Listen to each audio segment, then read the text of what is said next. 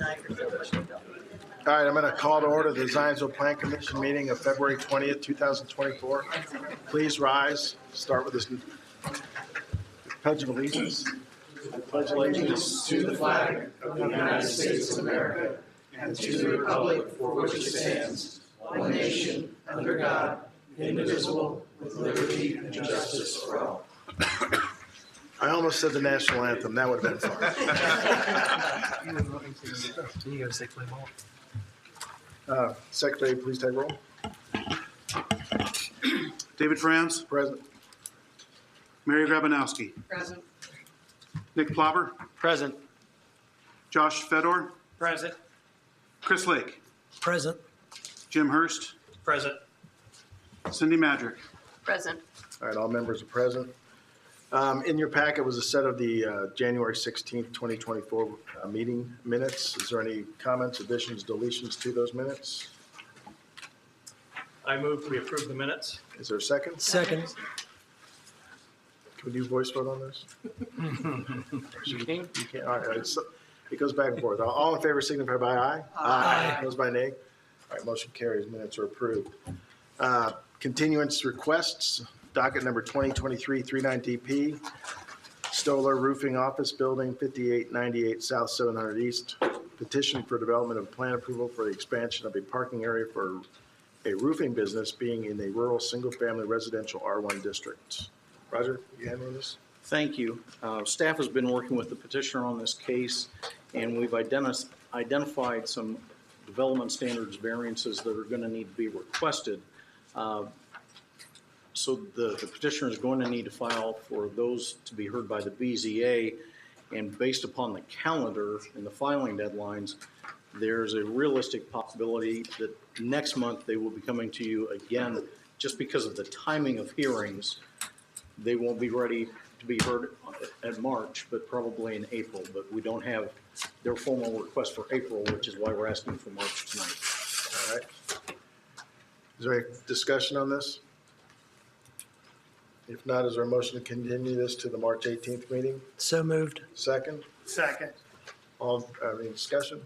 All in favor signify by aye. Aye. Opposed by nay. Motion is, matter is continued to next month.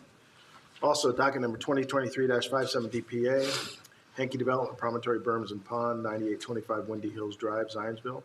Development plan amendment to permit additional berms and a reduction in size of the pond being zoned planned unit development, Promontory PUD. Roger, are you handling this?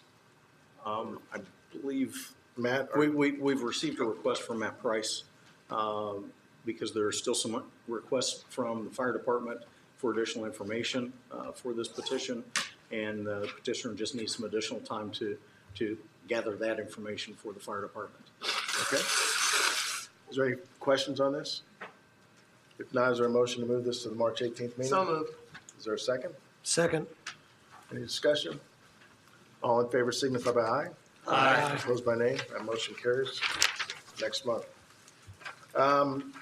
We have continued business from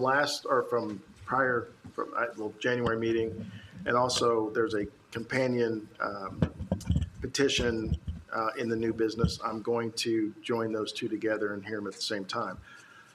So docket number 2023-54 DP, Tracy Garantakos, the shops at Holiday Farms, 3546 and 3650 South, US Highway 421 Zionsville. Petition for development plan approval of 4 retail and office buildings on the single lot to be known as Lot T, one building being the existing historic structure, being in a planned unit development, Holiday Farms PUD district. And docket number 2023-62 RP, same petitioner, same address, a petition for the replat of lots S and W12 of section 9 and lot R of section 7 to merge lots R and S into a single lot, and the relocation of a previously reported trail easement impacting lot W12. Roger? Thank you. If I could have my screen promoted to the large board, please.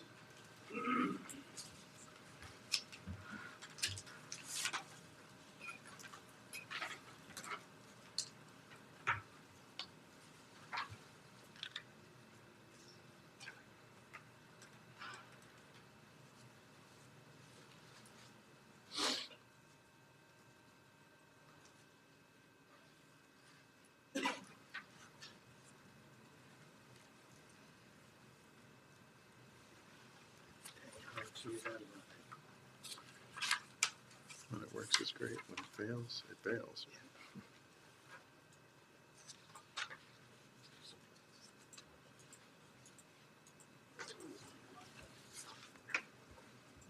Oh, there we go. There's one. Okay, thank you. It's back there against the wall. As mentioned, there are two companion petitions tonight to discuss on this project. First, and I'm going to take them in reverse order numerically. So I'm going to start with the replat, and then we'll move into the development plan. The petition for replat of lots S and W12 of Section 9 and Lot R of Section 7. The request is to merge lots R and S into a single lot to be eventually known as Lot T. And this also involves the relocation of a previously recorded trail easement impacting Lot W12. On the screen in front of you is a location map. The properties we're talking about are outlined in black. Again, there are two lots. Just to the south of this location is a proposed Starbucks, which you'll be hearing more on this evening. To the southwest is the Kitty Academy.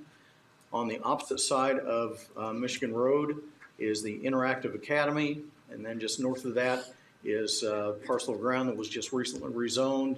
And then further north, also on the east side of Michigan Road, is Appaloosa Crossing. This map shows the zoning of the property. The subject sites are all within the Holiday Farms PUD. And then this is an enlargement of the involved two parcels. Again, Lot S of Section 9 is this piece. Lot R of Section 7 is the southern piece.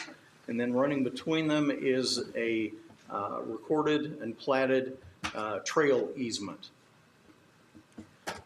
This is a representation of the proposed plat.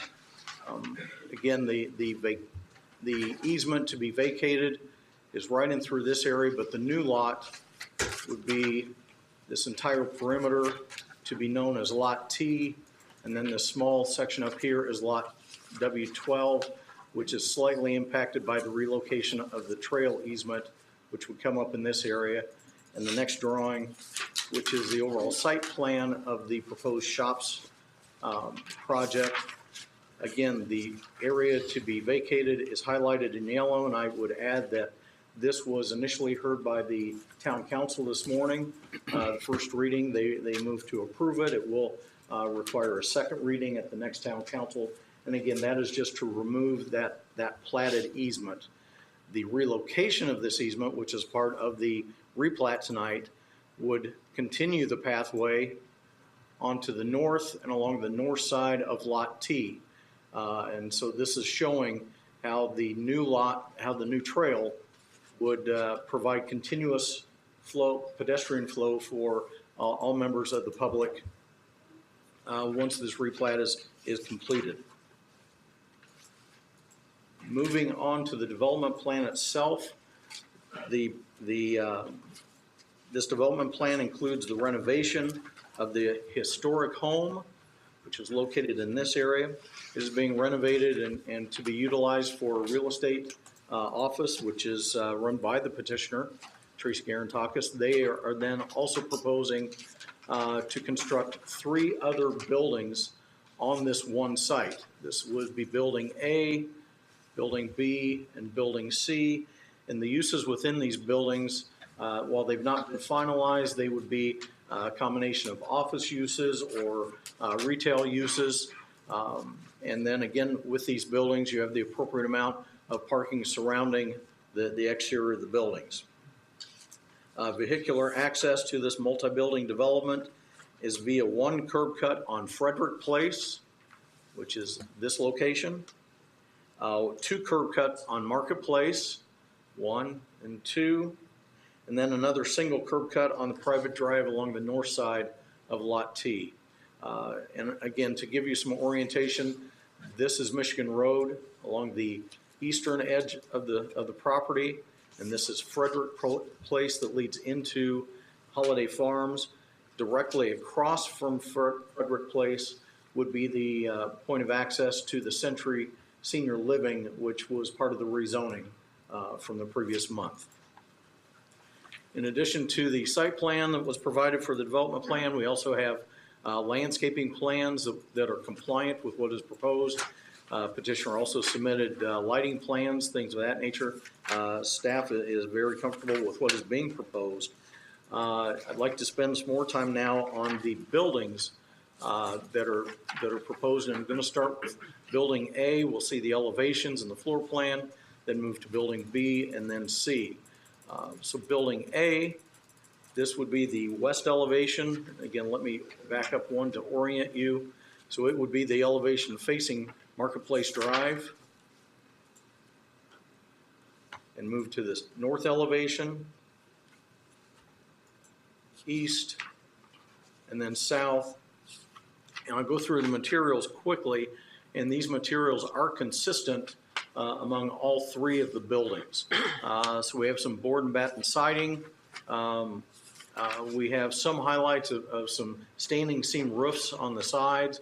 The large roof areas, let me back up one to show you, those would be asphalt shingles here. And going back to the standing seam roofs, that would be along this area. So again, as you can see, the design is somewhat reminiscent of a barn style.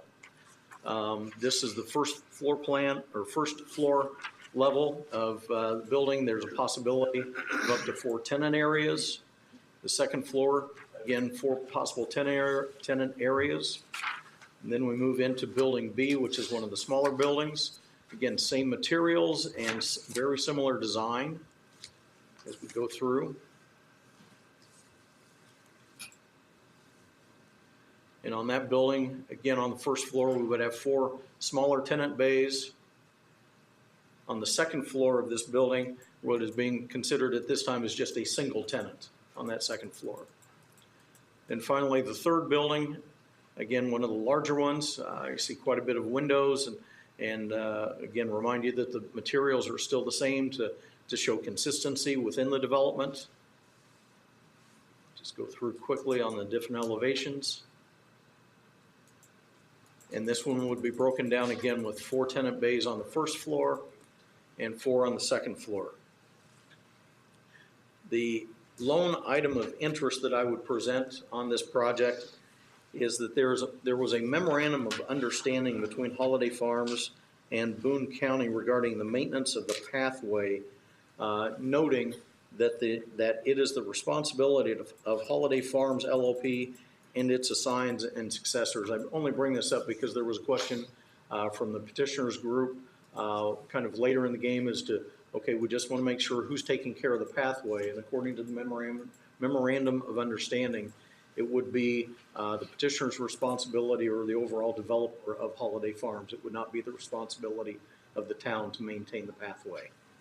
Staff recommends conditional approval of Plan Commission dockets 22362 RP and 223-54 DP, subject to resolution of the items noted within the respective staff comment letters. I'd be glad to answer any questions you might have. All right, thank you, Roger. At this point, petitioner, would you like to comment? Yes, Mr. President, members of the commission, my name is Matt Price. I'm here tonight on behalf of Tracy and Mike Garantakos and their company GMT Investments. We also have members of our development team with us here tonight, including Neil Kippenrock, who's our civil engineer, and Tracy, Mike, and I are available to answer any questions that you have. I have a brief presentation. I don't want to be duplicative of Roger's comments, which were excellent and succinct, and I think hit many of the high points, but I could point out maybe a couple of additional features if my presentation could be brought up.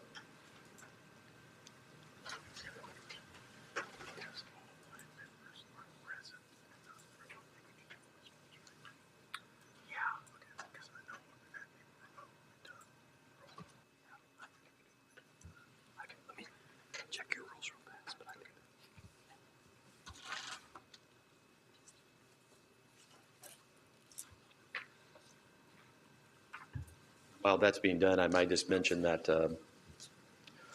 Tracy and her team really started working with the town back in probably October, November. We chose to take additional time up front rather than having the matter docketed last year, and took that additional time in order to address the staff comments that we had received, which is really why I think you see a pretty short list of outstanding items, and ones that we feel can be very easily addressed should this be approved. Go to the next slide. Just briefly to orient you once again, as Roger mentioned, we're getting access from the Frederick Place Drive, which does line up with the Century Senior Housing Development's interest immediately across the street.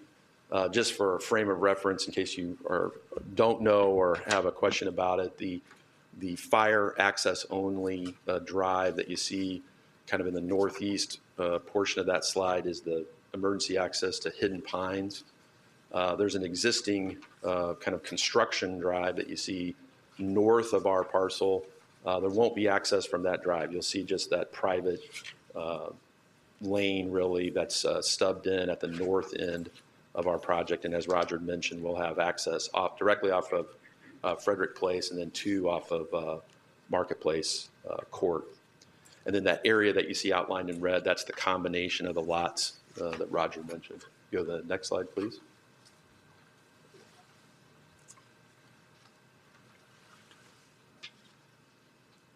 We are not proposing any multifamily.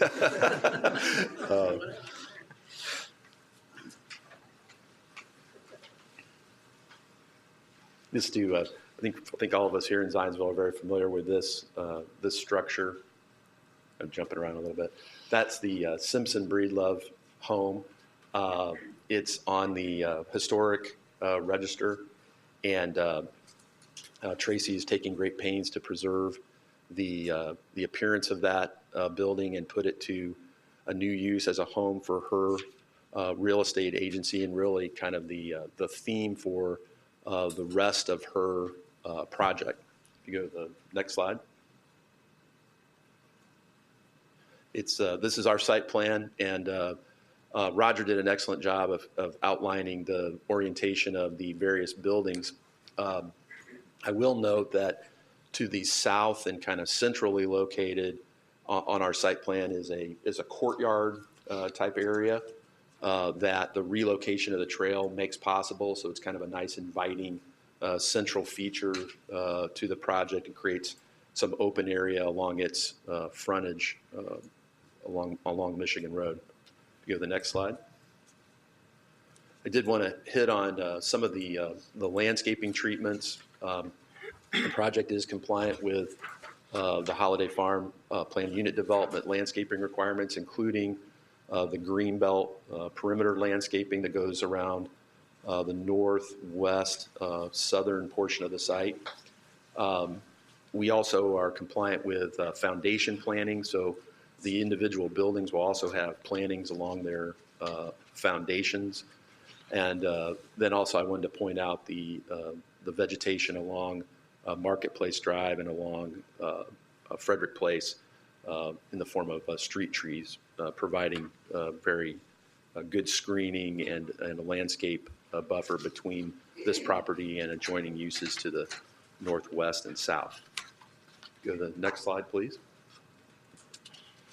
This is again one of the features that we're still working through. Requires one more vote before the town council, but was unanimously approved on a first reading this morning, is the vacation of the trailway going through the central portion of the property, rerouting that around the east side of Marketplace Drive, and then around the northern perimeter of the property, connecting to the north where perimeter pathways will be further extended as you go north. If you go to the next slide, please. Roger had additional elevations. I chose these 3 to show the view from the outside of really Michigan Road and the view to the south of each one of the buildings. We did try to adopt the barn-like theme. If you remember, at one point, the Simpson Breedlove home actually had a barn attached to it that had been added, obviously much later, but this borrows some of the architectural elements of that structure really, and we think complements the Simpson Breedlove structure and creates an integrated center that'll be an attractive transition between the more traditional commercial uses to the south and the residential uses to the north. Go to the next slide. I think that's the conclusion of the presentation. The development team's here to answer any questions that you have, and we respectfully request approval this evening. Thank you. All right, thank you very much. Is there anybody in the public who'd like to comment on this matter? All right, being none, I'll open it up to members of the Planning Commission. I have no questions this time. All right, no questions. All right, at that point, we'll take motions on, should we do the Yeah, which one do you want replat- first? replat first? Okay, That's fine. all right, so docket number 2023-62 RP, would somebody like to make Yep, a motion on that? I can do matter? that. Okay. I move that docket number 2023-62-RP, a replat petition for the replat of lots S and W12 of Section 9 and Lot R of Section 7 to merge Lot R and S into a single lot to be known as Lot T, and the relocation of a previously recorded trail easement impacting Lot W12 be conditionally approved as presented and described based on the findings in the staff report and staff recommendations, submitted finding of fact, and satisfaction of all comments, all staff comments. See Exhibit 7. All right. I'm going to make the assumption because all of the members of the Plan Commission are here tonight, we can do voice vote. So is there a second on this matter? Second. Is there any further discussion? All right, all in favor signify by aye. Aye. Opposed by nay? Motion carries. All right, so the other half of this, I move that docket number 2023-54-DP, the development plan for 4 retail office buildings on a single lot to be known as Lot T, one building being the existing historic structure on approximately 2.423 acres, being in a planned unit development Holiday Farms PUD district, be conditionally approved based on the findings in the staff report and staff recommendations, submitted findings of fact, and subject to resolution of outstanding review items identified by the comment letters, Exhibits 5A and 5B. Is there a second? Second. Any further discussion? All in favor signify by aye. Aye. Opposed by nay? Motion carries. Matt, this is probably one of the few times you don't get asked questions. Thank you, Mr. President. All right, next on the docket. Mr. Franz, I have to recuse myself from the Okay. Wilder Farms petition. All right. Let's see, docket number 2024-008 MPR, Zionsville Redevelopment Commission, Wild Air EDA, Wild Air Marysville Road, adoption of Plan Commission order regarding establishment of economic development area, approval of declaratory resolution and economic development plan EDP for the Wild Air Economic Development Area. Roger, are you going to introduce this? I'm just going to provide an introduction for this one. This is a project that has been managed through the economic development arm of the town. And on the Zoom call, we should have Corey Sharp, who is the director of the Economic Development Corporation or Committee. So if she could be promoted, please, and she will handle the presentation of this project. All right, and while that is getting established, I want to note that Chris Lake did recuse himself and has left the meeting room, so.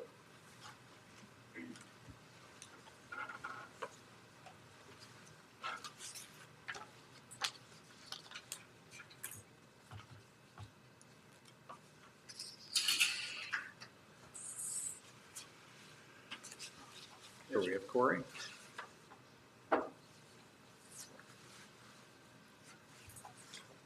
Corey, you are muted right now.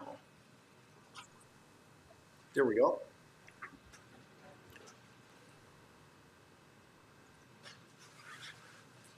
Hello, please proceed.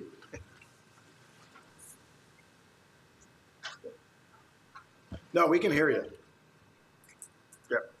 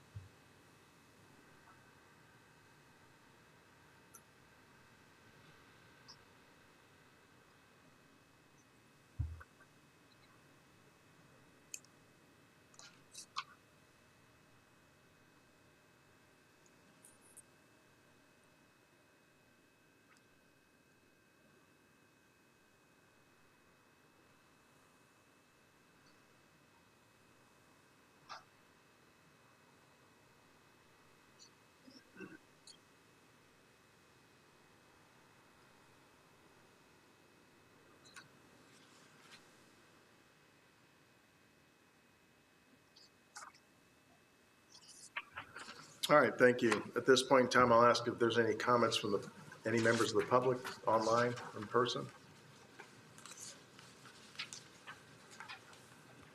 Since there are none, I'll open it up to members of the Plan Commission. If there's any questions?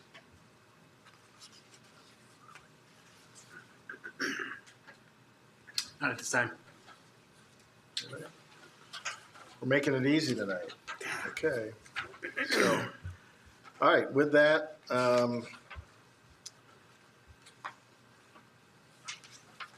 what is there a motion to, what do we do? Adopt this?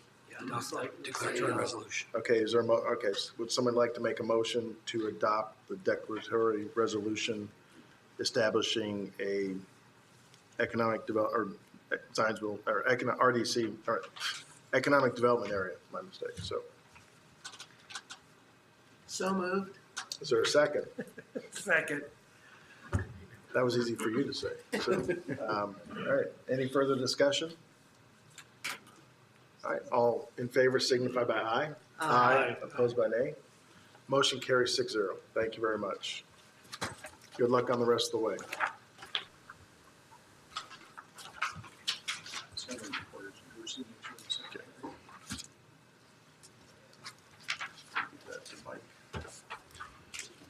Can somebody grab Chris?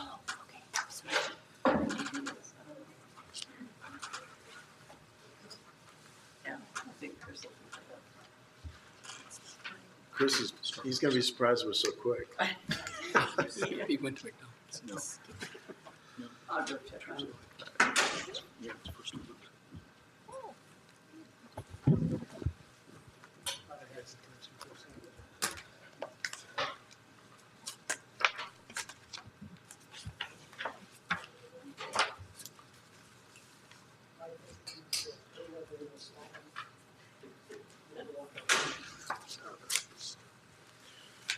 Let the record reflect that Mr. Lake has rejoined the Plan Commission. Next on the docket are companion petitions, number 2024-01RP, MAP Holiday Farms, LLC Holiday Farms, replat for Starbucks, 3675 Marketplace Drive, petition for the replat of lots P and Q in Section 7 to relocate the lot line separating the two parcels, being in the Planned Unit Development Holiday Farms PUD District, and 2024-02DP, same petition, same address, petition for development plan approval for a Starbucks coffee shop with a drive-through and related parking being in the Planned Unit Development Holiday Farms PUD District. Roger? This one's actually mine. Okay, So, sorry. thank you for letting us hear these together. So I'll just talk a bit about the replat and then Okay. move right into the development plan. So the replat is for lots P and Q, also in the Holiday Farms PUD. This location map might look a little familiar to you because you just discussed this project here. Now we're talking about these two lots here. Again, the zoning is all PUD, Holiday Farms PUD that we're concerned with here. This is the original primary plat as approved, so you can see lots P and Q. What the petitioner wants to do is just move this lot line, making lot P a little bit smaller and lot Q a little bit larger because the final user didn't need quite that much property. And here's the new plat, so you can see lot P1, now as it's known, a little bit smaller. So the proposed replat does comply with all of the standards in the Holiday Farms PUD and the zoning ordinance where applicable. There were a few minor engineering drainage technical questions to clean up, so we are proposing a conditional approval. And there are 3 criteria, the findings for replats, and I've discussed those in the staff report, and I'm happy to answer any questions on this or move right into the development plan. Let me open up. Yeah, sorry, I need mine on too.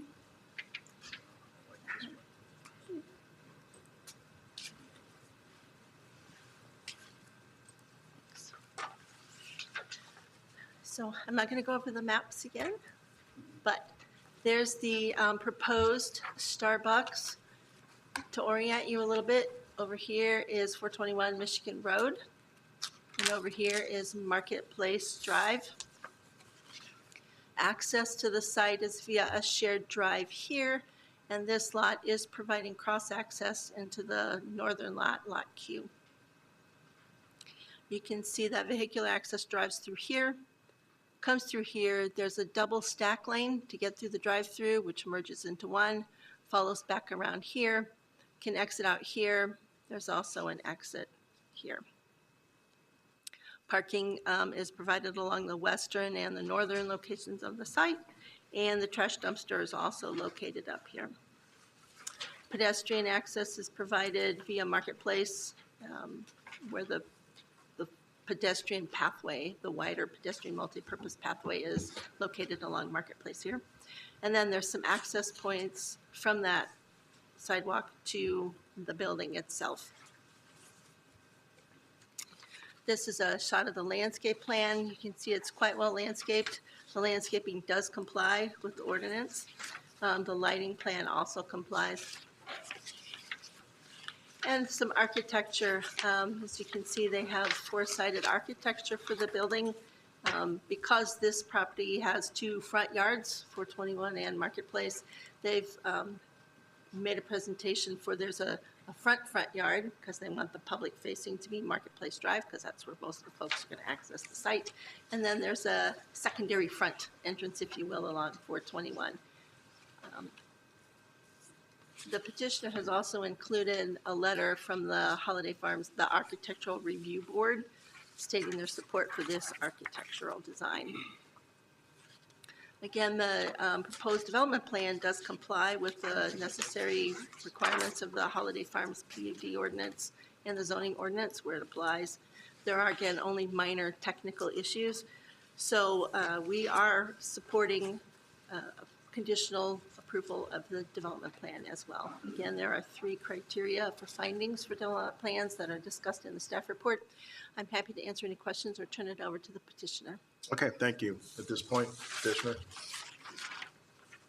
Good evening. My name is Mike Timko, address 500 East 96th Street, Indianapolis, Indiana.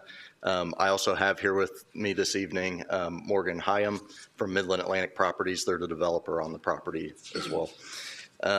Jody did a great job of summarizing, so I'll keep this pretty brief. As mentioned, the desire to change the lot line between the two is because the end users weren't established when the previous plat was recorded.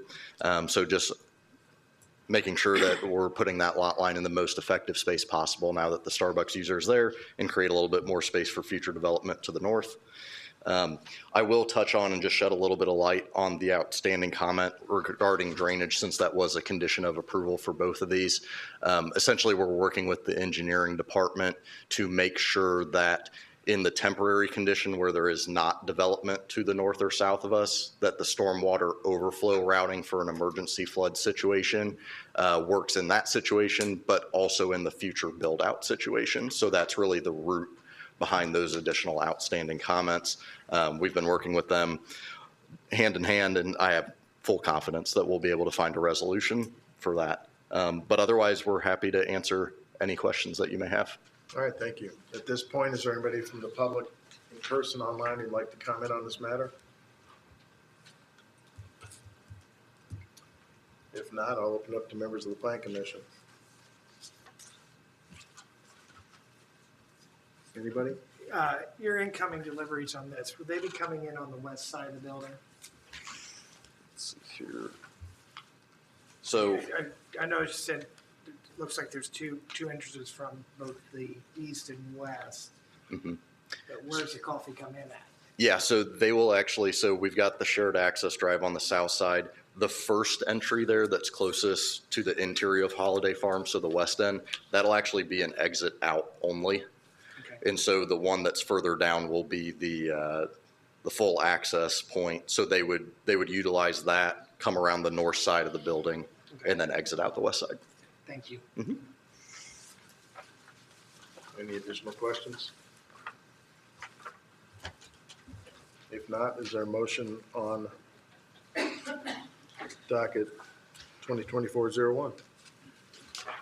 I move that docket number 2024-01RP, a replat petition to modify the previously platted lot lines of Lot P and Lot Q of Section 7 of Holiday Farms and the Plain Holiday Farms PUD, be approved as presented and with the following conditions. Satisfactory resolution of the drainage comments included in the consulting engineer's final comment letter and the findings of fact included in the staff report.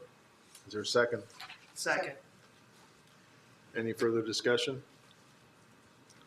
All in favor signify by aye. Aye. Opposed by nay. That motion is approved or carries. I move that docket number 2024-02-DP, a development plan for a 2,230 square foot coffee shop with drive-through service on approximately 0.95 acres in the Holiday Farms PUD, be conditionally approved based on the findings in the staff report and staff recommendations, submitted findings of fact, final signed plans submitted for staff review and approval, and subject to resolution of outstanding review items identified by the comment letters, Exhibits 5A and 5B. Is there a second? Second. Any further discussion? All in favor signify by aye. Aye. Opposed by nay. That motion also carries. Thank you very much. Next on the docket, 2024-03NP, Troy Roberson Minor Subdivision, 11558 East 500 South.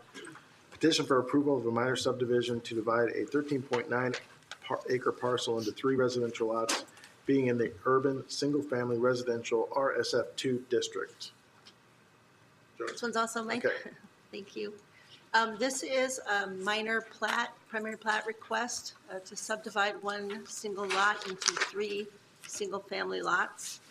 The property is located along County Road 500 South and 421. The property is currently zoned urban, single-family residential, and is surrounded by mostly the same zoning. This is open space zoning, but it's residentially used. Just showing the plat, access to all 3 lots will be through a shared drive off of County Road 500. There's lot 1, lot 2, and lot 3. There's a pond for drainage that will be shared by all 3 lots. The fire department has worked with the petitioner to actually design this turnaround, so it has been deemed satisfactory by the fire department, so it does support the emergency access. And the lots are going to be served by water and sewer service. One item, there are pathways that are required along both perimeter streets, and the petitioner is requesting a deferment of a sidewalk installation. So there is a sidewalk waiver in your packet, and there are 5 criteria that you need to consider when granting that, considering that sidewalk waiver. And then the primary plat approval, again, there are 3 criteria for that. Staff has one particular condition that they'd like added to the primary plat concerning the cost of the pathways when they do get installed, that they be shared jointly by all 3 property owners and not just the 2 property owners or 1 property owner that might be along that particular road.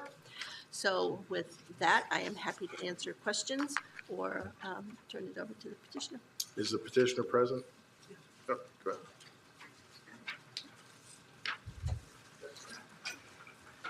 Thank you, Mr. President. For the record, Mike Andreoli, 1393 West Oak Street. I represent Troy Roberson. With me here tonight is Brian Schubert from Kimley Horn, who has done the engineering and prepared the plat itself. First, as to the comment, we had originally anticipated that the part of the roadway along, or part of the pathway for deferral along County Road 500 would be shared by Lot 1, and Lot 2 would provide the pathway upon deferral for along Michigan Road, but we have no problem with making sure that the covenants and the plat itself suggest that those particular roadways are shared in common by all 3 lots. It's not a problem, it just came up tonight, but that's not an issue, and we don't have any problem with that particular condition whatsoever. This is a 13-acre site. Lot number 1 is where Dr. Roberson currently lives.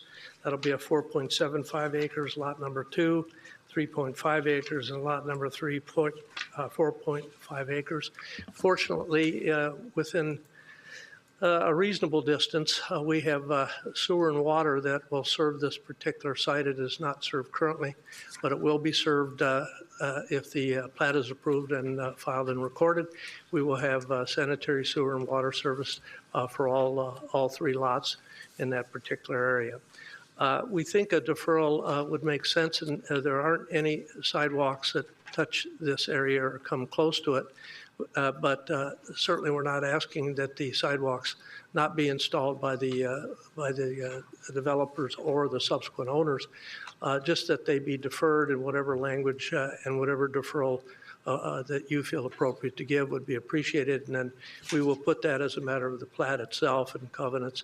So those lot owners, when they buy, know that they either have to install a sidewalk when requested to do so by the town, or they have to pay an equivalent amount that the town would request in lieu thereof. So that would be the deferral that we would request tonight. And any further language would be within your good judgment. I'll be happy to answer any questions. I think staff did an excellent job in preparing their report, so there's very little else for us to say, other than if you have any technical aspects of this that you have some concerns about or questions, Brian would be happy to answer any of those. Thank you. All right, thank you. At this point, is there anybody in the public who'd like to comment on this matter? Being none, I'll open up to members of the Planning Commission. So I have a staff question. I'm on the Pathways Committee as well, and I know that we're looking at putting pathways at the Whitestown Road, South 875 East area, and there is a minor subdivision there as well. And those homeowners, I'm sure at some point when they bought the property were told, hey, by the way, Zionsville's going to knock on your door one day and want a really big check for a pathway. And that time has come and they're not happy and don't feel like they were informed and aren't wanting to pay, and it's prolonging the process of being able to get that pathway put in. Is there a process to have those funds put in escrow so that they're there and somebody doesn't get hit up for those later, so that when the property's purchased, then a portion of money would go into escrow? The deferment, I get it, but it then poses problems for us down the road, and I would like to not have that be the case. I'm not aware of that we've used that process in the past. I don't know if it else has. Yeah, I don't know about putting money in escrow. Don't know if there's an escrow account that we can deposit money into, but that is one of the reasons why we've asked for the condition that the plat language itself says the property owners are responsible. Folks get a copy of the plat with their mortgage papers. So they get it in a stack that's this big. Sure. Tracy can attest that. She's Sure, there. yep. They're this big, and I have it's all they can do to Yep. sign them without Yep. their hand cramping, let alone read all of So, them. yeah, other than that, if there's a good way for us to do that, other than escrow, I can certainly research the escrow question. If they or- don't pay, does the town just file a lien against their Yes. property? Like, mhm. But then you've got that time to No, yeah. try and figure that out. And in the meantime, the town's trying to get a pathway completed, but they can't do it because they're trying to get money out of people that forgot 10 years committed to give. These What's- lots are gonna change hands two Yeah. or three times maybe before the lot comes in. Yeah. Yeah, I think it's a great idea. And we're talking, that pathway on both the lengths of that property, 250 grand. Well, I was going to say, Mr. Lake, this is a great idea. I think in this particular, so I had spoken with NDOT on this particular one, and they have I think Can it's you state your name? sorry, Brian Sheward, Kimley Horn Associates, 500 East, 96th Street. They have plans unfunded for 2035 or 2040 to potentially widen Michigan Road along this stretch. In this particular case, if someone were to put money in escrow, it's highly likely that the cost of that trail would be a lot more in the future than it would be today. So you may have a shortfall in that situation too, depending on the timeline. But I hear what you're saying. Like, Yeah. Part of the difficulty, especially along Michigan Road, is that we've had to give up some additional right-of-way along there over and above what we thought and what the town thought might be necessary after talking with NDOT in terms of their overall plans. So that's already been factored into the particular development itself in terms of the dedication of that roadway and the set aside of that roadway. So it's just so speculative right now that about the best way we thought to handle the deferral would just make sure that we wrap it up really tight in the covenants and the plat itself to make sure that those owners know that they are ultimately responsible for. If the plan commissioner staff can think of a better mechanism on enforcement of that or anything of that nature, we're certainly willing to entertain that. Yeah, and I don't have a better mechanism either. Pardon? I don't have a better mechanism either. I just have seen the problem occur and would like to protect the town from it not occurring again if at all possible. Mr. Lake, with the Russell Lake development, there was some banking instrument put into place. I want to say letter of credit, I'm not sure that's right, because they were at the time concerned about the pathway that required going over some water and future widening. And there was a mechanism that was put into place. Others might be able to come up with. Letters of credit are going to be shorter in nature. I mean, they're going to be 1, 2, 3 years. I mean, actually annual renewal probably, but the escrow concept, you know, I don't really have an issue with it. You know, if they'd ever get built, how does the money return? You know, it could be 40, 50 years from now. Yeah. I mean, it gets a little complicated. One, I guess the question I would have is, do we even have the authority to require that? I mean, I don't know if I could recommend it this evening if that's the intended condition. I mean, I get that people, you know, don't read their packet of documents, but, you know, they do sign an acknowledgement that they read them. Yeah, and I'm just, you know, our job up here No, is I get to it. protect Zionsville, and, you know, that's a group that probably didn't look at this, but it's a group that exists that Lance chairs, and it's become a problem. And so just a curious question. And we do have a couple projects, a couple subdivisions where it's time for them to install sidewalks. And we know we need to notify them, and I'm sure there's going to be kicking and screaming. It's going to be very expensive for them. Okay. And they may not have anticipated it. Okay. All right. I mean, I would ask that if this is something that wants to be considered in the future, I mean, you'd have to evaluate if it's something that, you know, could be placed in, you know, the rules, ordinances, procedures, whatever it would appropriately go into. Yeah, I think that's a fair ask is, you know, maybe the town evaluates what their options are, just knowing that this is going to become, as we're continuing to develop and making pathways a priority, we're going to run into this more and more often. And again, people are going to be kicking and screaming. And I know we've given waivers to the pathways several times in the past on areas that we consider way out there, but at some point in time, they're not going to be way out there. Exactly. So, Okay. All right. Thank you. all right. Any other questions, comments? If not, is there a motion on this matter?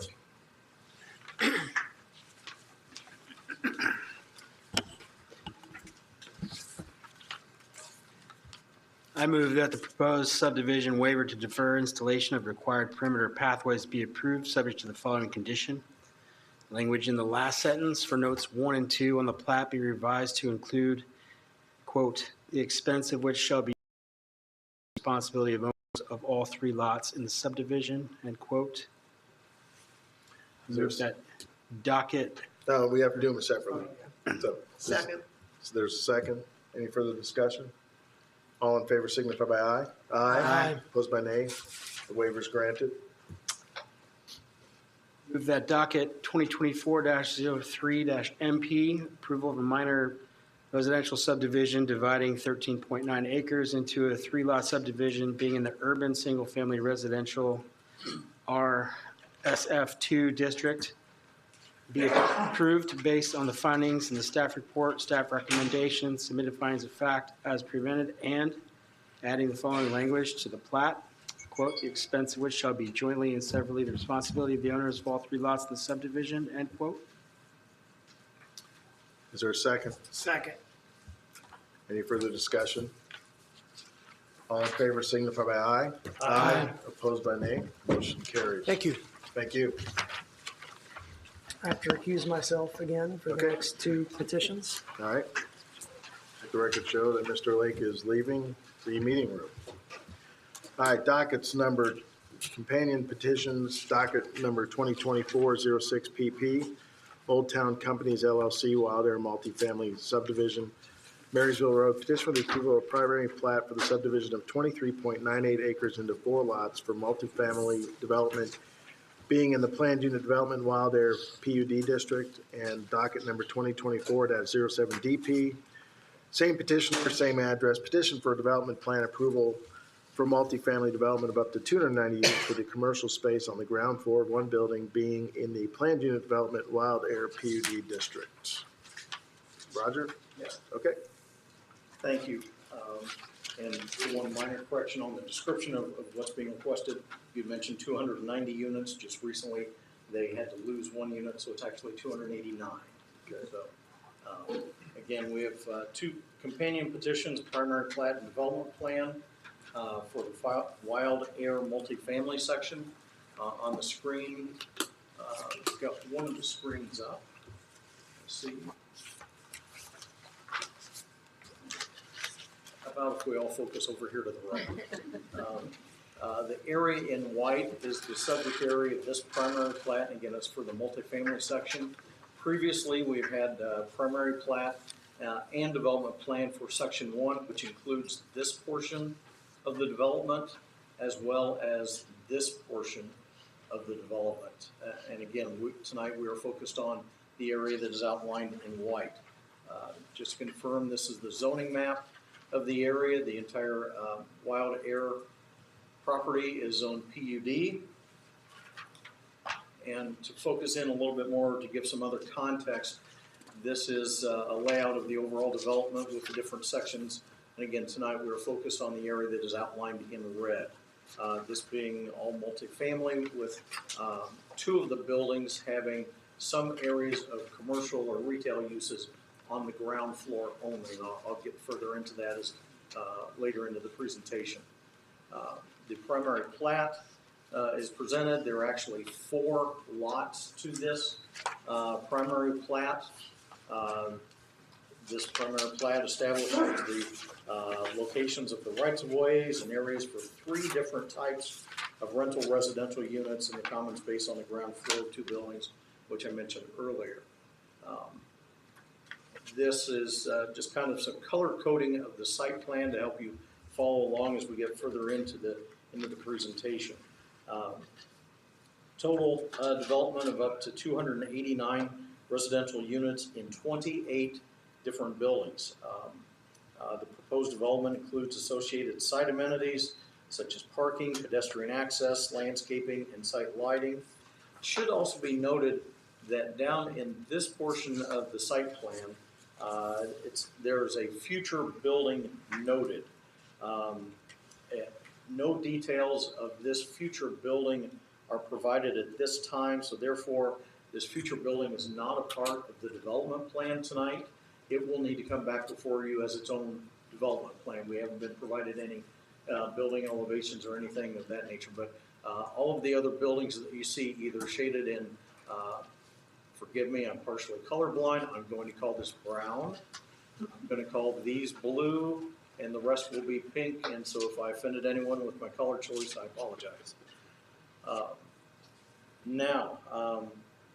A compliant landscape plan was also submitted with the multifamily development plan drawings to give a representation of the detail of the landscaping plans. They not only provided this overall landscape plan, but then they also broke the development up into smaller sections.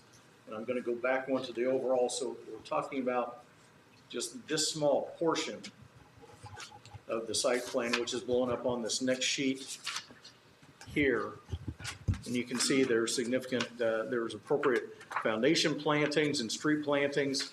And again, this is just a representation of the overall landscape plan that was submitted and has been deemed compliant.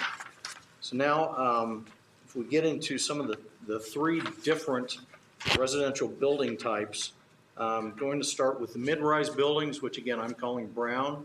They're buildings A1, A2, and then a 3-story mid-rise building. The commercial spaces that I've mentioned are on the first floor of Building A1 and A2. You also notice that back behind these buildings is a parking field. That would be the parking areas for not only the retail, but also the residential units that are within those three buildings. To give you an idea of what the building elevations would be, this is the building for elevations for building A1. Primary building materials include brick veneer. They've got some standing seam metal roofs and balconies that highlight the facade. On this drawing, you can also see some proposed signage for the commercial spaces down on the ground floor. There's also a rock face block brick veneer base around the bottom of these buildings. These same materials are repeated not only on this building, A1, but then also on the other building, building A2, which again, it has some of the retail space down on the ground floor of this building. The third building of this type, again, we're talking about mid-rise buildings. This building does not have any retail on the ground floor. It is all residential, all three floors.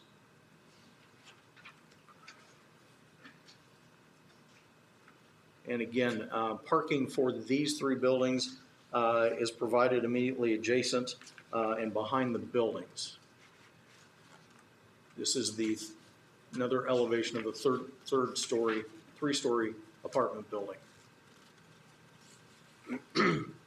Now moving on to the blue buildings. These are townhomes.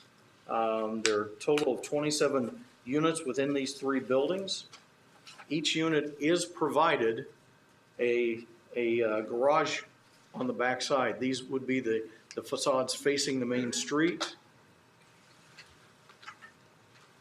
And then on the back side of the buildings, there you can see the garage doors. Each individual unit has its own garage space. And then finally moving to the third type of residential units, all these areas in pink, these are noted as two-story flats. There are a total of 22 buildings. In those 22 buildings, there would be a total of 174 units. These buildings are located between Russell Street and Johnson Street. Each unit is provided either a single or a two-car rear entry garage. So if we go through here, you can see some of the building elevations.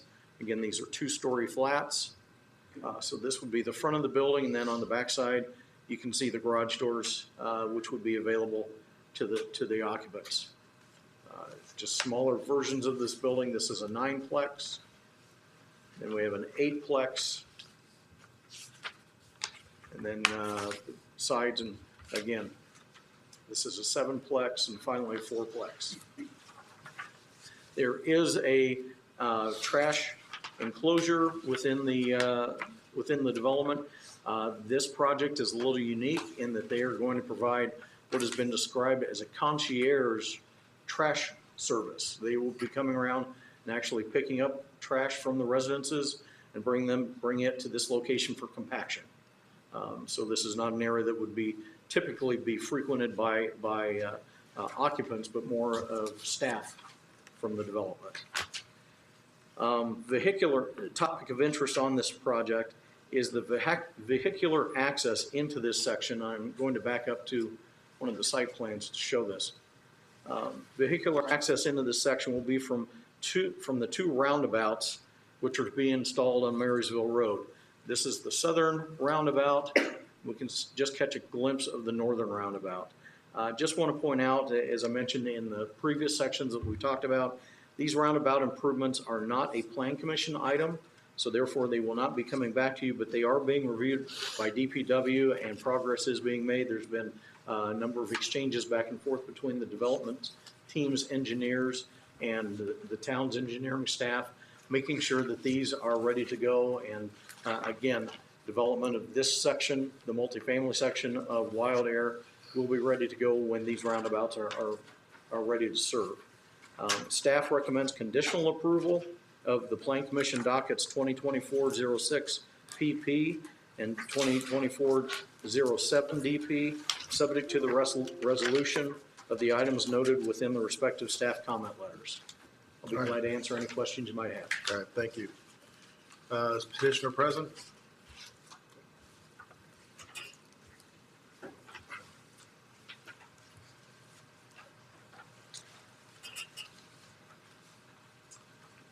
Good evening. My name is Jared Wilkerson with Kimley Horn and Associates.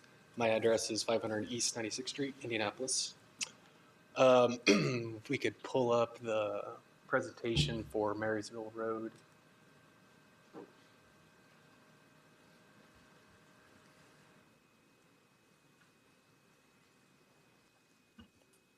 My slides are very similar to Roger's, so I'll try to go through them quickly.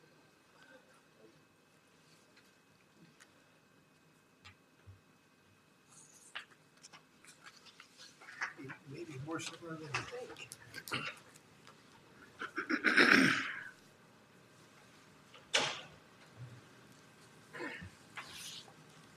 There we go. Just to orient us again, this is for the multifamily piece, which is outlined in red. It's approximately 24 acres. The primary plat includes subdivision into 4 lots. Subdividing into 4 lots is to accommodate the right-of-way for the interior public streets to serve this part of the development. We can go to the next slide. Just a brief summary of a few of the items. This is in the Center Commons portion of the Wild Air PUD, 289 units, as mentioned, 523 parking spaces, and then the 1,900 linear feet of public streets. The next slide may be better. Yeah. So this slide kind of orients you to a few of the other sections that have gone through Plan Commission, sections 1A and B. So this was just kind of there for reference to understand how it fits with the rest of the development. We can go, yeah. I won't go over all the building types. Roger did a good job there. I'll just point out the streets hatched in like a slight gray. Those are the public streets that are being designed and constructed with the multifamily piece. And then on this map, 2 of the orange or brown buildings on the south are noted as A1 and A2. A1 will have a portion of the ground floor as the commercial space, 6,400 square feet. And then A2, the smaller one, the entire first floor is commercial retail space. So that's about 9,600 square feet. There's trail connectivity throughout, consistent with the PUD. Those are highlighted in green. So we have east-west connectivity to Marysville and to the interior of the development.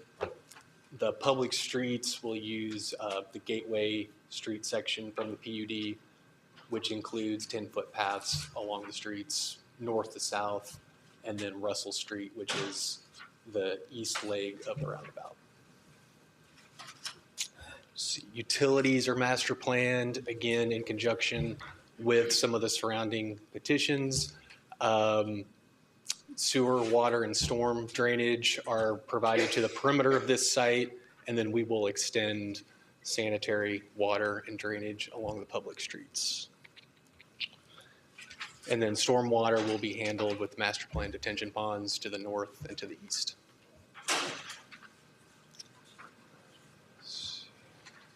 Roger mentioned the valet service for trash. There's a centrally located dumpster enclosure. We also have a dumpster enclosure and compactor on the south end of the parking lot, just south of the orange buildings. So that would help serve the heavier commercial retail users a little easier. And for deliveries and mail, kiosks will be utilized. We have some of those scattered around the 2-story flat area in accessible locations.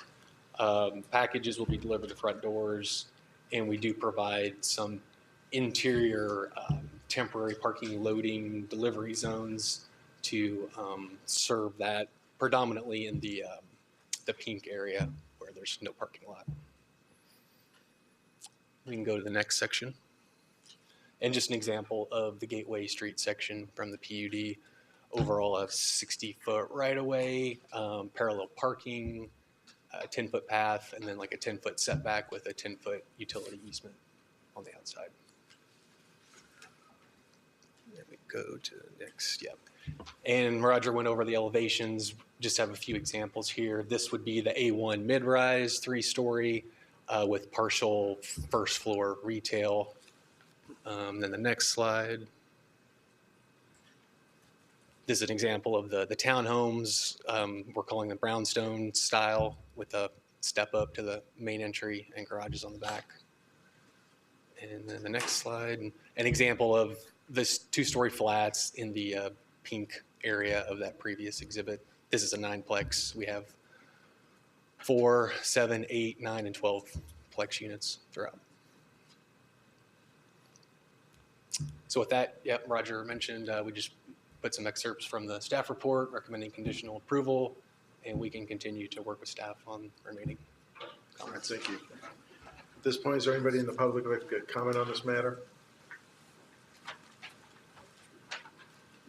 If not, I'll open up to members of the Plan Commission.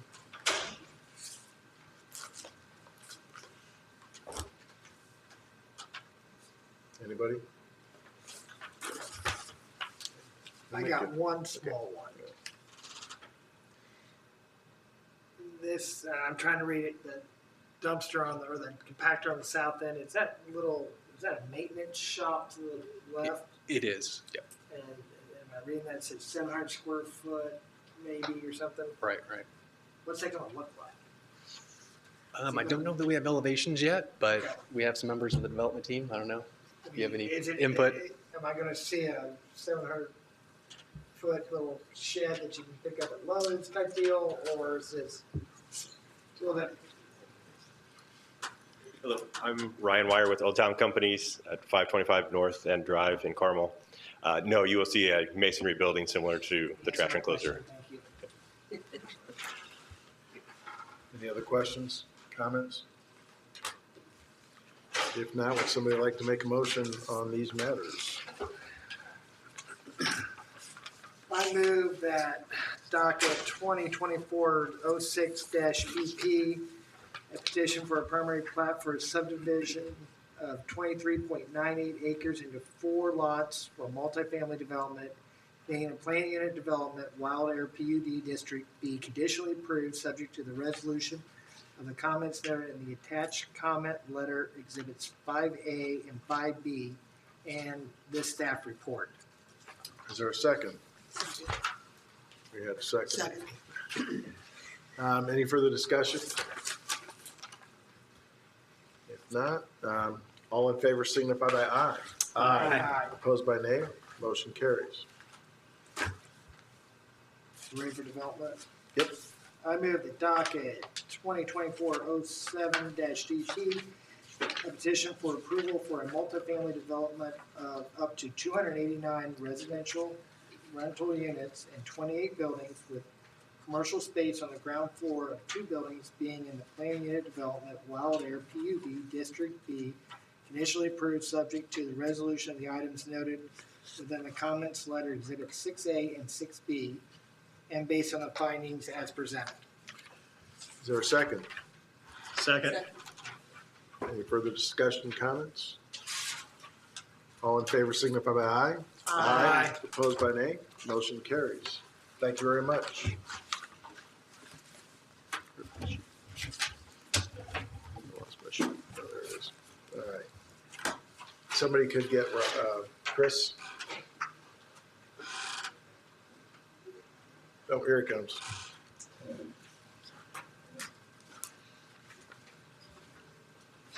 For the record, Chris Lake is rejoining the Plan Commission. Docket number 2024-04-DP, Legacy Lodge at Traders Point LLC, the Hunt Club Community Hall, 7300 Hunt Club Road. Petition for development plan approval of a remodel and addition of an existing building being in the rural equestrian RE districts. Jody? This one's mine, yep, thank you.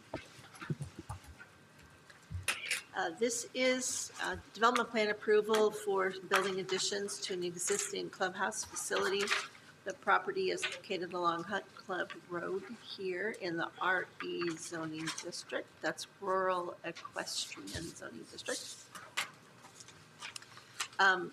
Again, the project is to create an addition to the existing building and then add a detached garage and some site amenities. I will note that in 2018, the property received a use variance to allow a clubhouse event center in the RE zoning district. There were some conditions associated with that use variance that were included in your staff report and are reflected in the development plan. So I just have the site plan here that also shows the landscaping plan. So the property will enter, there's an existing drive off Hunt Club Road. The drive's going to be realigned a bit to make a better entrance into the property. Traveling here, turnaround drop-off area here with some parking. This is the existing building. This is the new event space addition. This is the new detached garage, and the darker lines on the drawing are sidewalks that get folks from the parking lot to the event space. The parking ultimately will hold 105 cars. Not all of the parking will be installed initially. It will just be installed in the future as needed. The parking lot is proposed to be gravel, which the zoning ordinance does allow gravel to be used for a period of 1 year. Otherwise, it has to be hard surface. So that will be something that staff will have to monitor and make sure. There are very few actual zoning requirements in the RE district. So there are no on-site or foundation or buffer yard landscaping plantings required. But the petitioner is showing the required parking lot perimeter and interior landscaping plantings. So they do meet the zoning ordinance there. There will be some parking lot lighting installed and of course lighting for the building. These do comply with the zoning ordinance. And again, there are no specific architectural standards for the RE zoning district, but here's the representation of the whole building as it's tied together. The petitioner supplied these renderings, and the proposed architecture shows stone and vertical cement board siding, and then dimensional asphalt shingles on the top. And you can see the color swatch here. So various elevations of what the building will look like.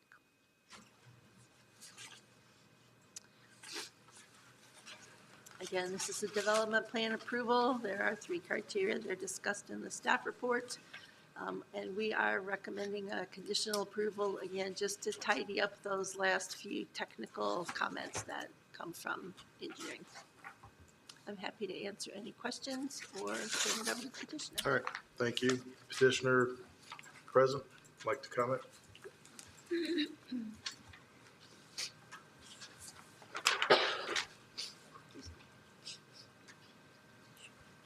Hello, Todd Rotman, address 320 West Hawthorne Street. With me tonight are Tanya and Marlon Villanueva, the owners of the property. Jody did a good job describing the project. She did mention the previous BZA approval, which is a variance of use to allow this to continue to serve as an event center, which it always has since the construction of the building.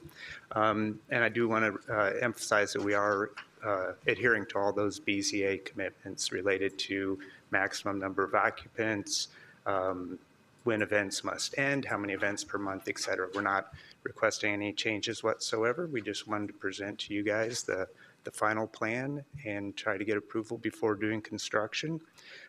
There is one item on page 3 of the staff report about signage. We do have signage included in the packet. There's a large stone sign that will be located out at the front of the property. It will not be illuminated per the BZA commitments, but I do want to make sure that the sign is included in this approval. At this point, is there anybody in the public who'd like to comment on this matter? All right, well, come on up, state your name and address. What I would ask is as you come up, if you have something that is repetitive, acknowledge that they stated it for you and try to make new comments if you would. I'm Shalene Cross. I'm at 7295 Hunt Club Road. And my question about the property is, with the lighting that's supposed to happen in the evening, is that going to be turned off when the parties are over and when the weddings are over? Is that something that would stay on at all times? Since many of the people in the neighborhood that live there enjoy looking at the stars at night, and it is a very dark area. It's one of the last places that does not have light pollution in the town. Okay. We'll take the questions and then give them an opportunity to answer after we've had the comments. So got it written down. Next. I was wondering what everybody was here for tonight. The first several just went so easy. I'm not saying this is hard, but I was just, So my name is Nina Matkovic. I'm at 6759 Old Hunt Club Road. I was told that was a house. And I believe that was told to somebody else that it was going to be a home that was going to be in there, not an event center. That used to be the Pony Club, Zionsville's Pony Club. So on the weekends, you'd have maybe once, I think 6 times a year, that event place was used as a kids' pony club.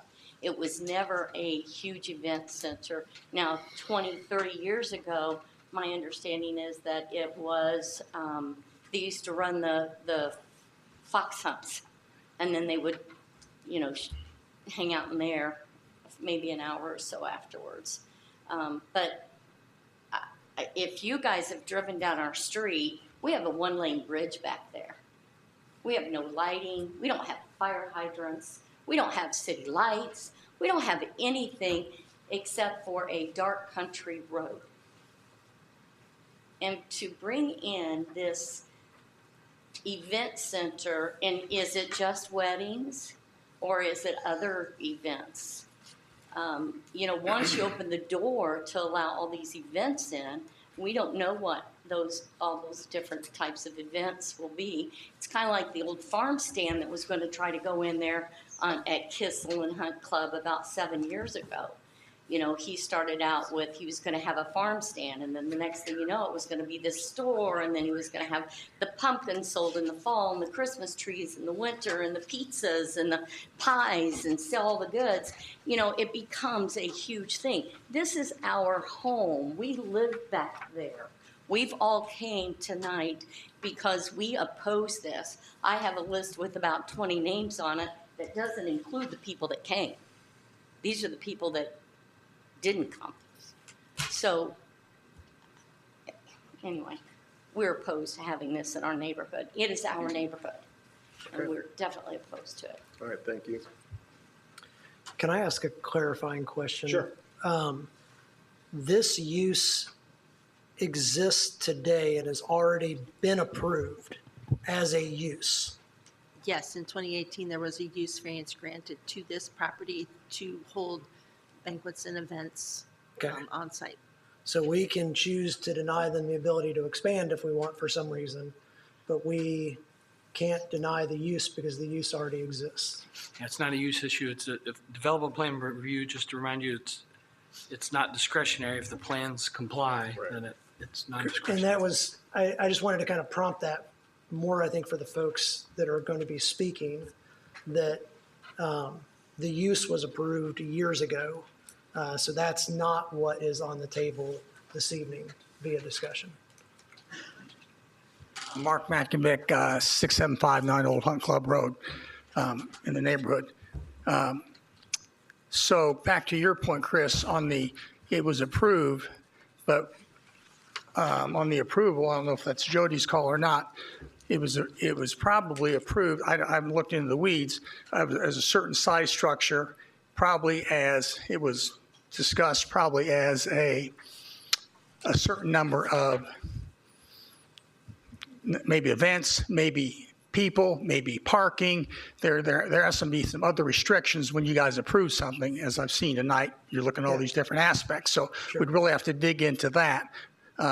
Number one. Number two, if it's 105 parking, and you probably say your parking, you multiply it by 1.5 or 2 for a number of people that could be there, 200 people. We're a one-lane bridge road where the infrastructure doesn't support that.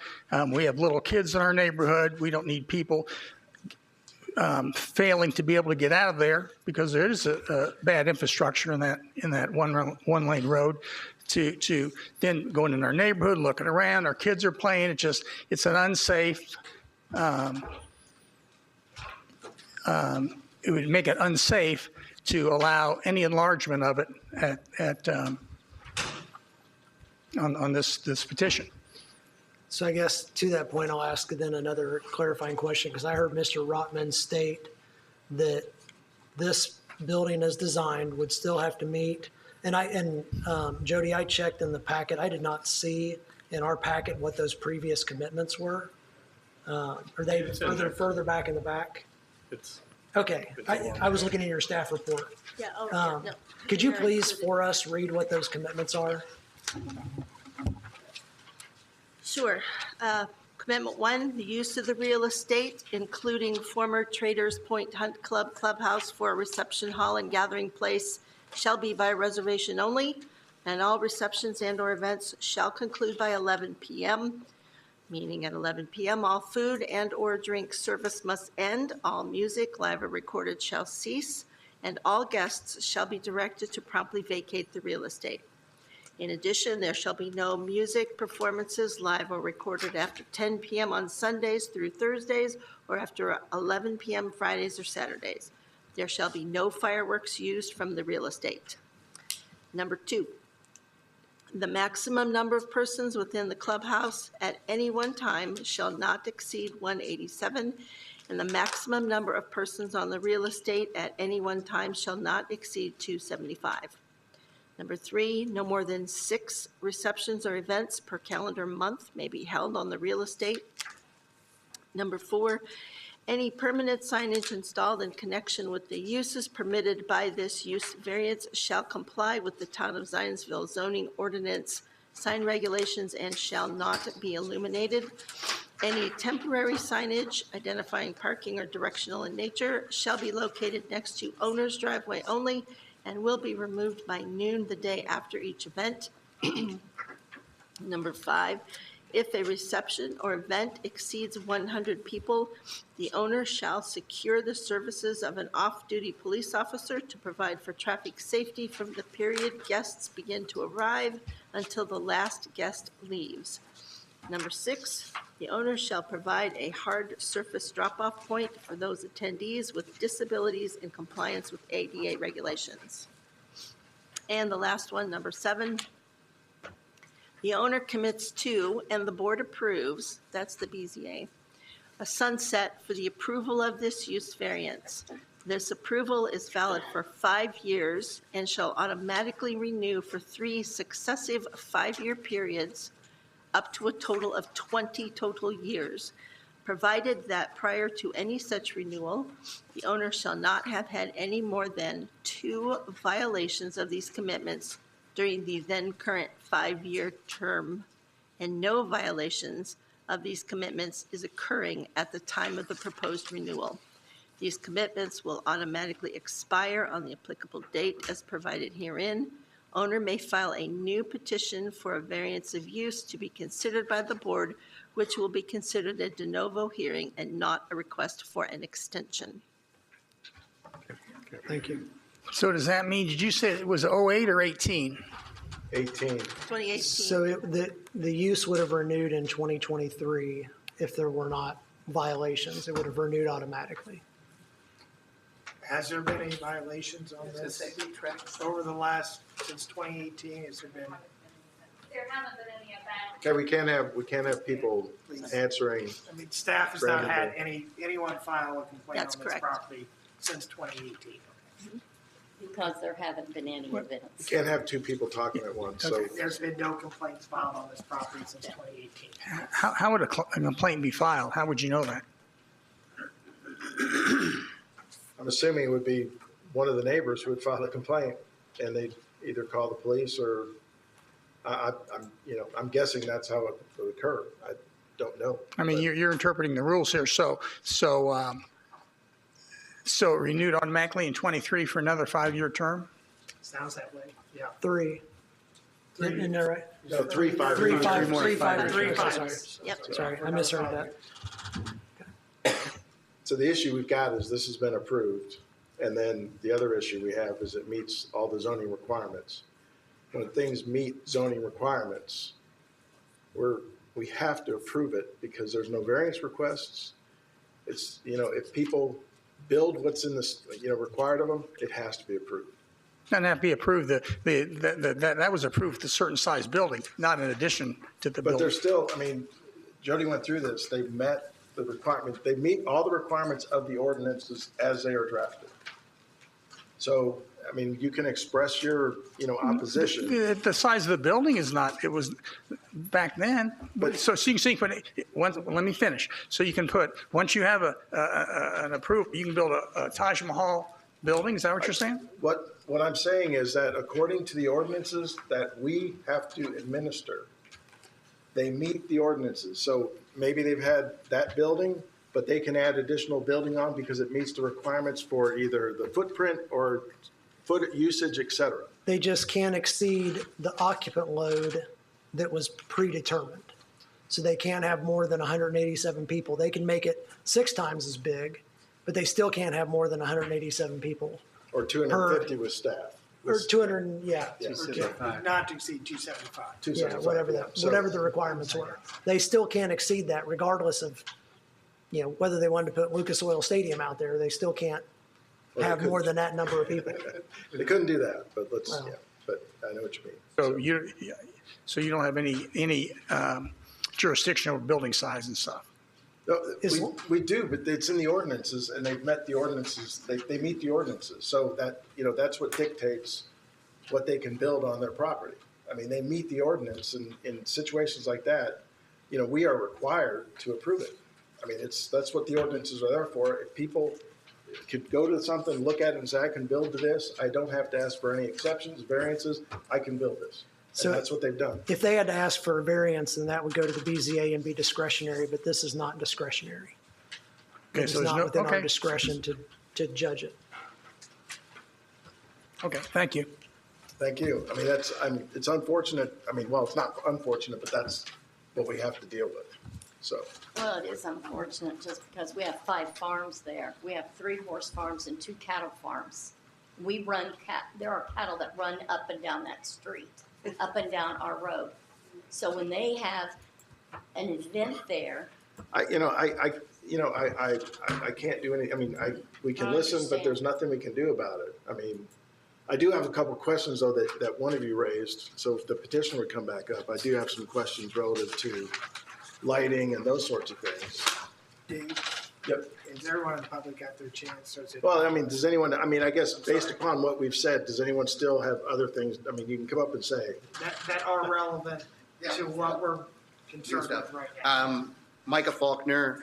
I was married into 7295 Hunt Club Road with good sense. And it sounds to me like there's still this issue of the bridge that's down the road. And I don't know, I don't know if you guys would be put onto it, but who would be in charge of making sure that that road would be supplemented in a way that increased traffic wouldn't break it down? Mike, Roger, with that, I'm assuming that's going to be the road, street department. Public right of way. Yeah. Well, is that a county road? Yeah. So. Yes, if they're concerned about the bridge, that would be an issue for the county. So what would be the next protocol? Do we go to them? You could certainly reach out to Boone County Highway Department and ask them if they believe that bridge is in good working repair. And if you have concerns, you could ask them to come out and check it. I don't know if they would or not. But. Gotcha. Okay. That could have happened when they asked for this variance in 2018, because that's really when the 250 people and the 100 people were approved. Yeah. Because that's not changing. Right. If the number's staying the same, then it may be fine. Okay. Thank you. Hi, I'm Amanda Krebs. I'm at 6953 Old Hunt Club Road. I also operate Twin Horn Farms. We are a cattle farm. We are part of the cow farm that we run down the road. We do cattle drives, and there's horses out there, and we, from a traffic safety standpoint, this is ridiculous. We do not welcome you. If we have cattle that we are driving down the road and there's an event, this is very dangerous. This is not something that is going to work out. This is also gonna bring a lot more people into the neighborhood. This is going to bring trash. I don't know if you guys have been to our property or been back in Old Hunt Club where we live, but we took some serious time to clean up all the trash on the side of the road, just from everybody coming and going, and different people that, you know, visit other people in the area. And I mean, this is going to create lots of trash. There's no infrastructure on the road, like everybody has previously mentioned. I think I bought my property in 2017, 2018. When I signed my my agreement here, my purchase agreement, I did not know that this event center was going to be used as this use agreement. I did not know that. How were we notified for that? Well, then, when something comes before the Plan Commission, there's a petition, and there's a requirement to notify all of the, you know, adjacent property owners within a certain distance. And at that point in time, it was registered mail, and we made sure they adhered to proper notification. So there would have been notice that was sent out at that time.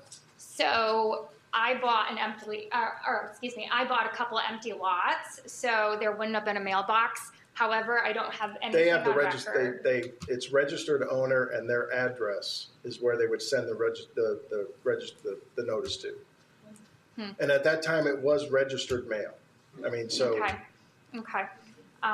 Yeah, I never got anything on that. And in regards to the structure, I mean, this is significant. I understand your standpoint from stating that they're complying with having the use agreement and, you know, renovating and everything. But like I think my neighbors have also said, the magnitude of this is significant compared to the history behind it and the amount of utilization that was there prior to. So I think I speak for the whole neighborhood when I say that this is not something that we welcome. This is not something we're excited about. We do really think that the roads and the infrastructure is not going to be able to handle that, in addition to the security, the safety, and everything else with the lighting as well that we mentioned. I mean, this is our home. This is where we're at. So we welcome you to come anytime you want, and you can experience that, you know, firsthand and see what it's like. But we do not. We are opposed to it. Okay, thank you.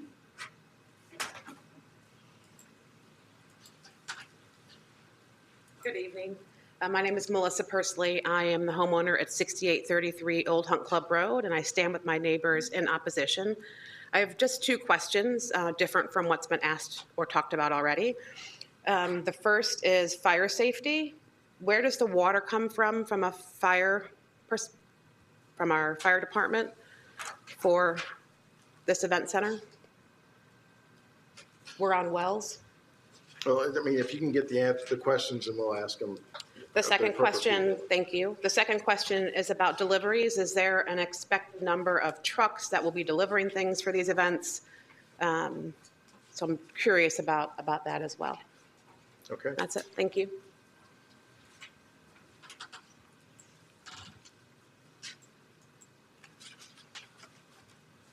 Hi, Jack Harris, 6786 Old Hunt Club Road. Question of clarification on noise volume. Is there a certain decibel rating for an event like this? I'm not aware. I mean, if they would have, my guess is that there would have been something in there. This is actually, I think, come up in a petition a while back, and I think Zionsville's noise ordinance does have a decibel limit. I don't know what that is, Okay. but I believe that is overarching over all of Zionsville.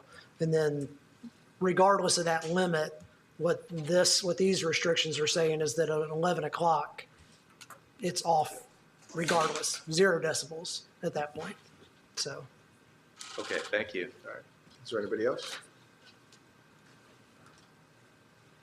I'm Jennifer Botkin, 6793 Old Hunt Club Road. My question is just kind of a clarification of another question. If we are aware of a violation of the commitments, how we report that and make sure that it gets reported to the commission so that it's registered for the next time it automatically renews. Okay, I'm going to make the assumption that you're going to call the police under. Non-emergency line? It's not an emergency. Well, I don't want to. You know, It'd be non-emergency, and you'll get the Boone County Sheriff, Yeah. because that's who covers that. Yeah, you can. I mean, we were advised that you can also you check with your own counsel if you have any attorneys who can verify exactly how to do that. You know, I don't know how. I'm not sure exactly how. So but otherwise, it's basically David, honor system for to bail them. you out a little bit here on this. This was a BZA thing, not planning commission. So this is another board that made these decisions. We simply have to adhere by them. So it would the need to BZA be would be logged with that. Would be my recommendation for your next step, because these are conditions the BZA put in place on this property. Well, and if it were me, and I don't know that this is the right answer, but not only would I call the non-emergency line, but then Monday through Friday, I would call the planning department and say, hey, I want to make you aware that I reported this issue. The police came out to the site. This is what we believe the violation to be. And that way they at least have a record of that conversation.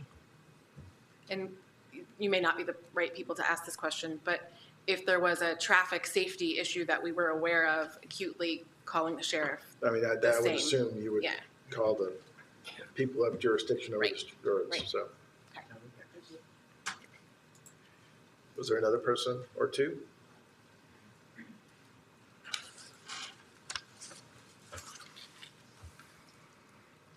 So I'm Brooke Riddell. I live at 7028 Old Hunt Club Road. And before I make my comments, I'm under the impression, this is the first time I've come to an event like this, and I'm being told that everything's already been accepted. So I'm not exactly sure what we're all doing here.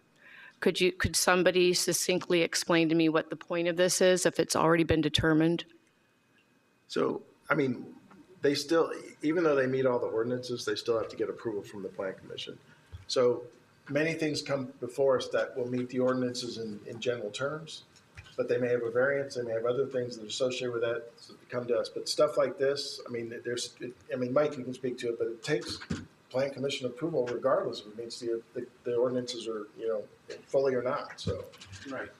This is an opportunity for the public to know about the project, one, through public notice.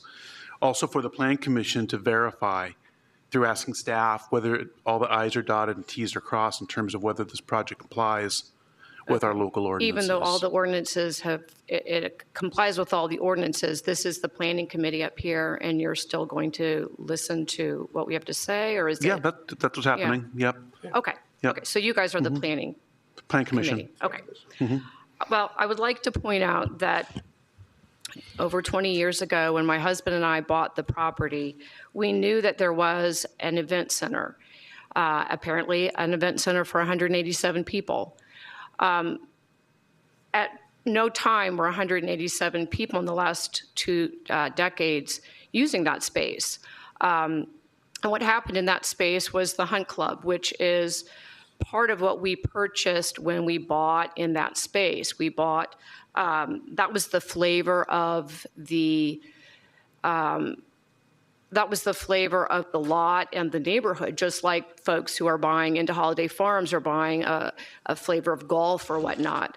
We did not buy this home thinking that there would be a commercial venue in our backyard. And when I go and I visit people in other neighborhoods in Zionsville, say like Spring Knoll, I've got several friends in Spring Knoll, and Spring Knoll does not have a commercial venue. What would be happening in this party space is very different than what was happening with the equestrian pursuits, which is what was there. So I think it's hard, even though we want to say that these are both event centers, I think it's probably safe to say that what was happening at the Hunt Club is very, very different than what would be happening 7 days a week, and especially it sounds like Friday, Saturday, and Saturdays. Not many people who come to Zionsville are hoping that their children will be, in the vicinity of a party venue. And that's kind of what this definitely is. I would also like to point out that in this equestrian space, these are where we expect rural activities and the preservation of an ecosystem, and we also would not like, we do not value noise pollution.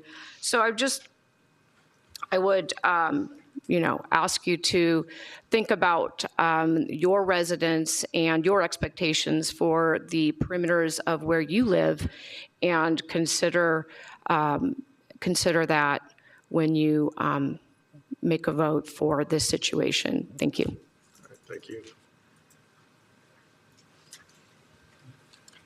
Hello, I'm Christina Salazar. I live at 6710 Old Hunt Club Road. My question is I'm new to the area. I've lived there for a year. I was under the understanding that the area was classified as a rural historic district around 2009. I think it was a petition, I think when they were building 865, and I was under the impression it encompassed our entire road up to, I think, 850 and so I didn't know what impact that has on approval for building plans in that area, if they would have to follow historic district standards. All right.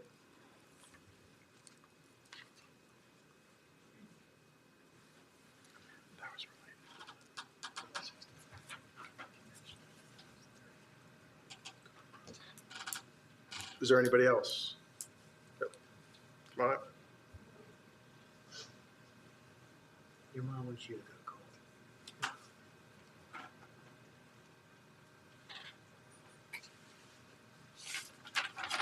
Hello, my name is Colt Cross. I live at 7295 Hunt Club Road, and we have a farm right across from that property, and we were curious if in that area the pesticides that they would use would potentially run over either across the street or in the adjoining farms that are surrounded by it. Okay, well, yes. You have to repeat what she said so it's on the record. Okay, so it's a government-approved organic farm, has been for 7 years, and we're curious about the potential of pesticides coming across the road in north, south, east, everywhere. Okay. Yeah. Okay, all right, thank you. All right, so is there anybody, go ahead. I might add one more thing. Sure. Just in the last 5 days, so people know, the entrance to this area of Hunt Club Road, where the Hunt Club is, it's a no outlet area, and there were 3 cars that were off the road on Friday. A FedEx truck talking about deliveries, that went into the ditch on Saturday. Another one came to get it, and that one slid off. Also, besides the 1-lane bridge, it's a blind hill coming down where there's a fork in the road, and then going up the hill where there's not a 1-lane sign, it's 1 lane. And also leaving the area is a blind turn where people come over the hill. And we've had people run through our fence several times every year for the last 20 years, which doesn't say a whole lot about people that come around our neighborhood. But just recently, like a month ago, we had several accidents through our fences, and that's just with that small amount of traffic movement. So I don't know if you guys can have, or we need to call the police and have people, have the traffic come in and out safely. Well, if you part of the deal was, under the commitments, they have to provide traffic control for 100 or more. 100 more people. So there is some requirements for that. Okay, so yeah, it's very dangerous as it is. Thank you.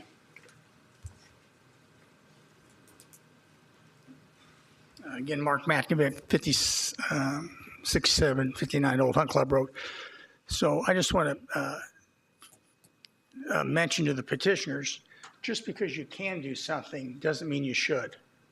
You see the neighbors that you're with. They're all in this room. Just because the law says it's okay to build what you want to build doesn't mean it's right.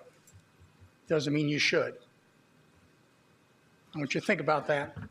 I'd like for you to withdraw your petition. Thank you. All right, thank you. Is there anybody else?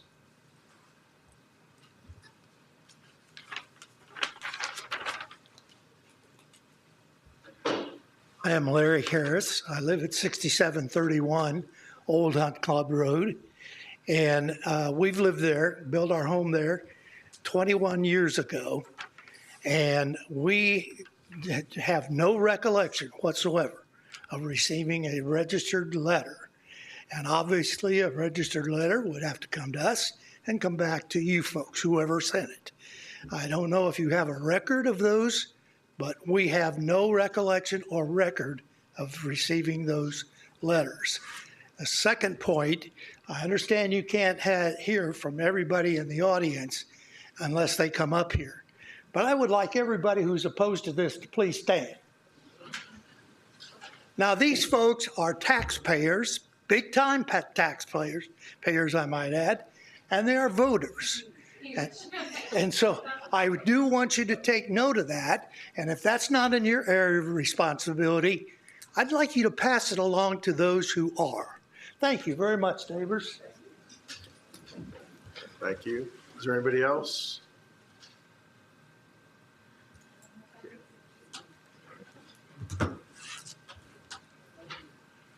Amanda Krebs again with 6953, 6957. Just wanted to say back to kind of piggyback on Colt's question about the pollution and the runoff and everything like that. I do have an organic farm, and I did spend a lot of money, on that certification, and it is a USDA certified farm that is approved, and it is very expensive, very, very, I can't even think of the word, advantageous to try to get that. And so that is not something that I'm willing to negotiate or have any runoff or anything, whether it be on my particular parcels or any of the parcels that I've raised, because my cattle digest them, then it becomes uncertified, unorganic. In addition to trash, I will say, Josh, you have a farm, so you understand this. You also operate a grain operation, so you understand, cattle cannot eat balloons. That is the leading cause. Obviously, I won't bore you, but that is the leading cause for, cattle dying is trash and all of that. And so at our property, we do regenerative farming. In case you guys are not familiar with that, basically it's doing what the ecosystem does within 100 years.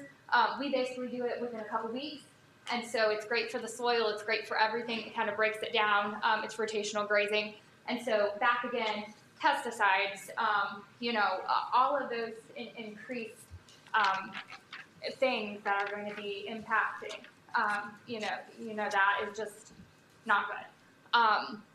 And so I just want to piggyback on that and say that is important.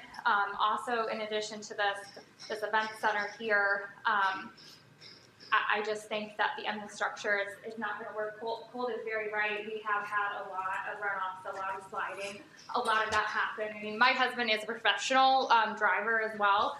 And so, he has seen lots of wrecks. And it definitely is something that is a safety issue. It's a one-way lane. Okay, there is a bridge. And so that is going to increase it a lot. And so I guess that's just kind of my soapbox on my ability with that. But what I have questions for is for you guys, being the developer. I want to know, what have you managed before? Are you going to be the property management company on this? How are you going to make sure that the property is upkept? And do you have financials that you're willing to share with everybody so we can make sure that you are going to keep up the property, that we live in a very prestigious area, and we want to make sure that that stays. I mean, this level of presentation is great. However, it's sat empty for the last, 5 to 6 years, and it's not looked great. So, those are my questions, especially from a property management standpoint, to see what else has been managed. Was there anybody else?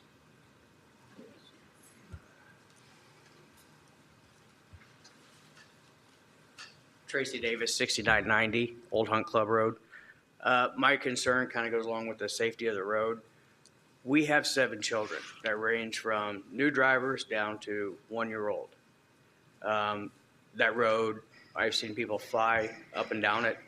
I've almost been hit multiple times coming around the blind curve. Now you take that, people that aren't familiar with the area turn right to go into the rest of the neighborhood, not paying attention.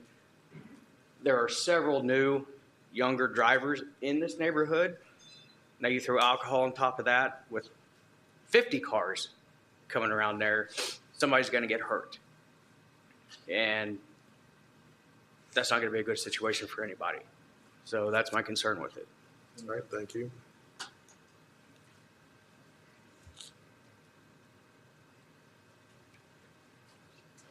Hi, my name is Dawn May. I live at 7420 Hunt Club Road, which is right next door to this property.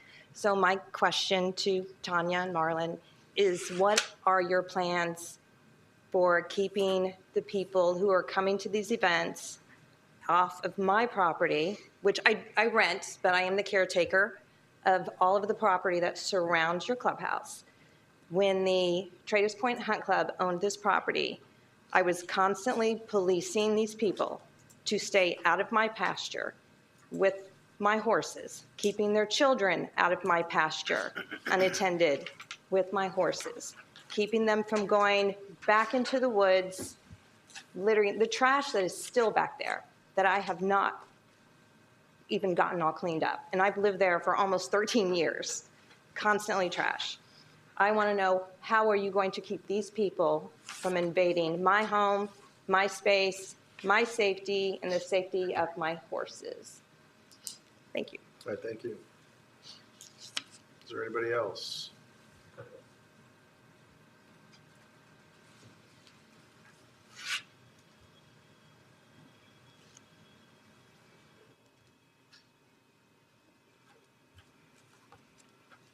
Hunt Club Road in that area. Address, please. I'm sorry, Virginia Croce, 7295 Hunt Club Road. We have lived there for over 50 years, 54 years to be exact. That road is a nightmare. There are people, when they come over the hill and down, it narrows down. It's when you have even people that are doing landscaping going by, there's not enough room for 2 landscape trailers coming at the same time without going off the road. It is narrow.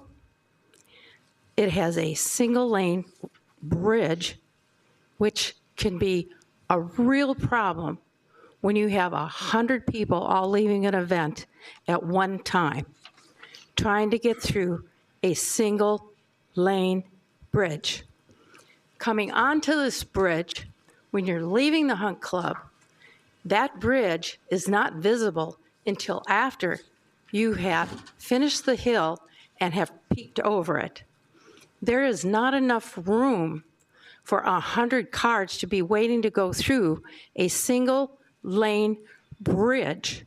If those cars are lined up, they will go all the way up the hill, and someone coming over that area will not even realize that they've got all these cars parked in front of them waiting to go through there.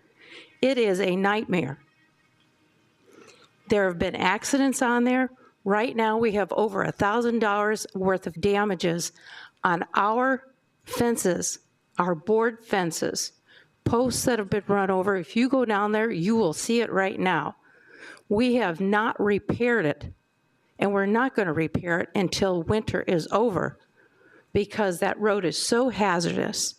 Even when it's salted, it is hazardous. It is hilly, it is curvy. There are spots that are dead spots that you cannot see.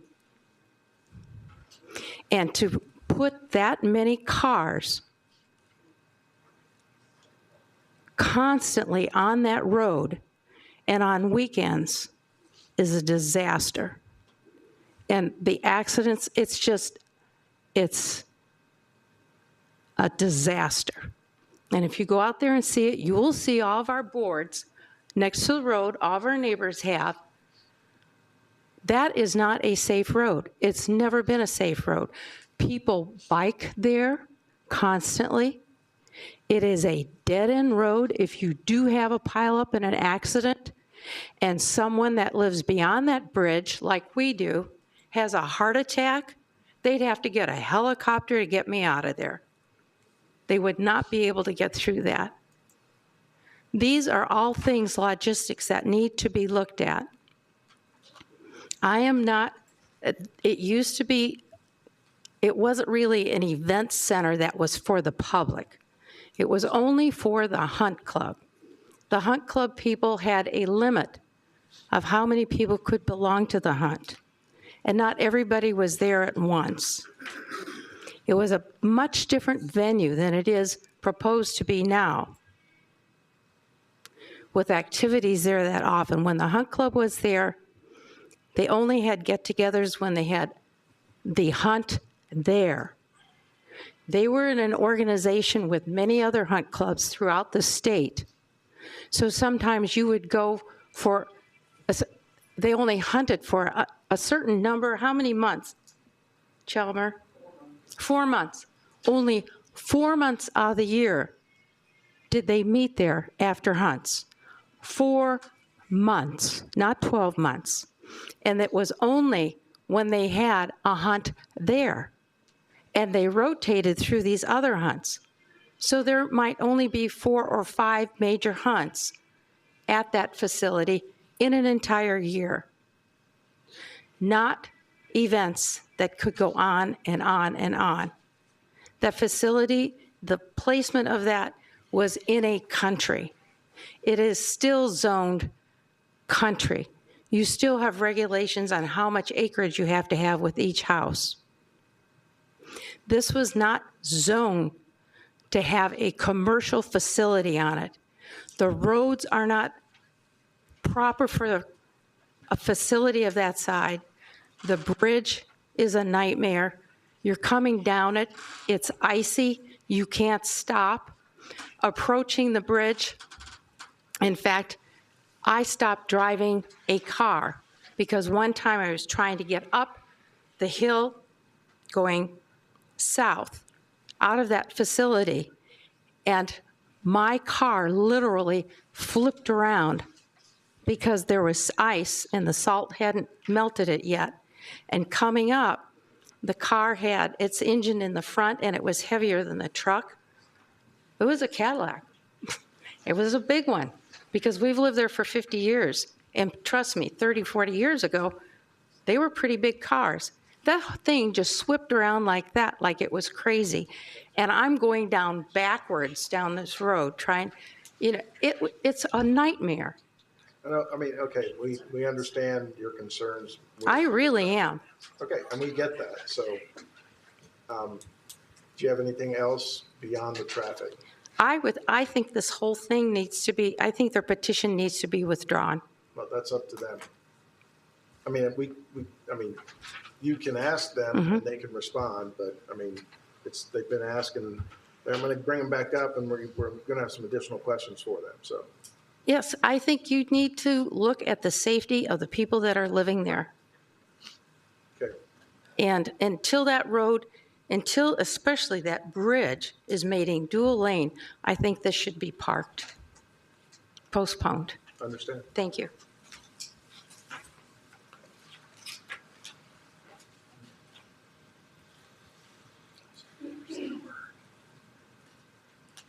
Scott Riddell, 7028 Old Hunt Club.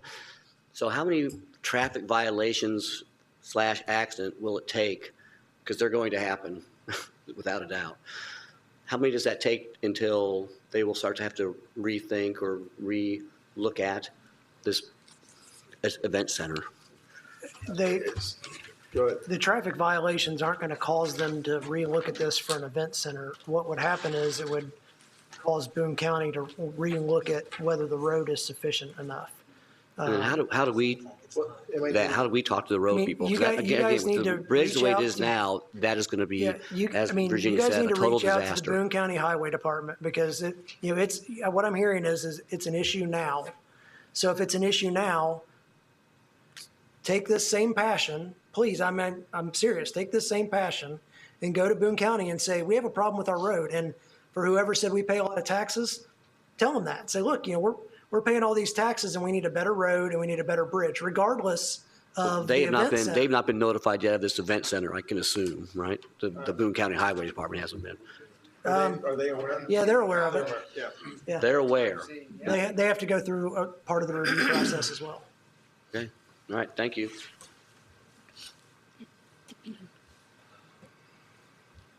Me again, Micah Faulkner, 7295 Hunt Club Road. I'm curious, because there's information I've learned during this conversation that seems very strange. So there was a variance done basically 6 years ago, is that correct? 2018, yes. Who did that? The BZA. BZA. But I mean, like, who applied for it? The petitioner would You apply did? for it. So 6 years ago, they applied for a variance and then sat on the property and didn't use it, is that right? So how, I mean, if the renewal of the variance is based on them not violating any of these codes, but they didn't use it, it seems very bizarre to me that it would automatically click over saying, well, it's a great idea to run this thing because you guys have not violated this thing with any of your use, but you didn't use it. But there was no violations. So, I mean, all I can say is there's no violations, so therefore it would auto-renew. I mean, that was the mechanics of the commitments. So it would have renewed. It seems done in bad faith. I mean, I don't know what to say. I don't know if there's a protocol. It went through the process in 2018. Right. It came before the BZA. They approved it. It came before us. With that variance, again, it met the requirements of the ordinances. So therefore, we have to approve it. Now, you all have raised some great questions, which, I'm going to, follow up, with them on some of them that, they can control. But, some of this stuff is, I'm concerned about public safety. I don't know what we can do about public safety. They've contacted, the Boone County Highway Department. I mean, so they're aware of the situation. They're aware of what's going back there. So I don't know what to tell you. I mean, it's, we're bound to do what we have to do. And I hear everything you're saying. I mean, the only thing I would say is if it's such a disaster, I mean, if it's that bad in and out, I mean, it's not going to get the business that they think it's going to get potentially. No one wants to go to a place that's a pain to get in and out of. I mean, I don't know, but I'm just saying there's a commercial, potential here that because of the conditions and everything you've talked about, I mean, maybe it's not commercially viable. I don't know. But I mean, this is, again, we're stuck with not stuck, but we have to do what we have to do. And I mean, like I said, contact the Boone County Highway Department. When and if they have events, monitor it. And if they have violations, report the violations either to the police or, to the town planning department. I mean, that, nobody knows there's a violation unless somebody calls about it. So. Okay, thank you.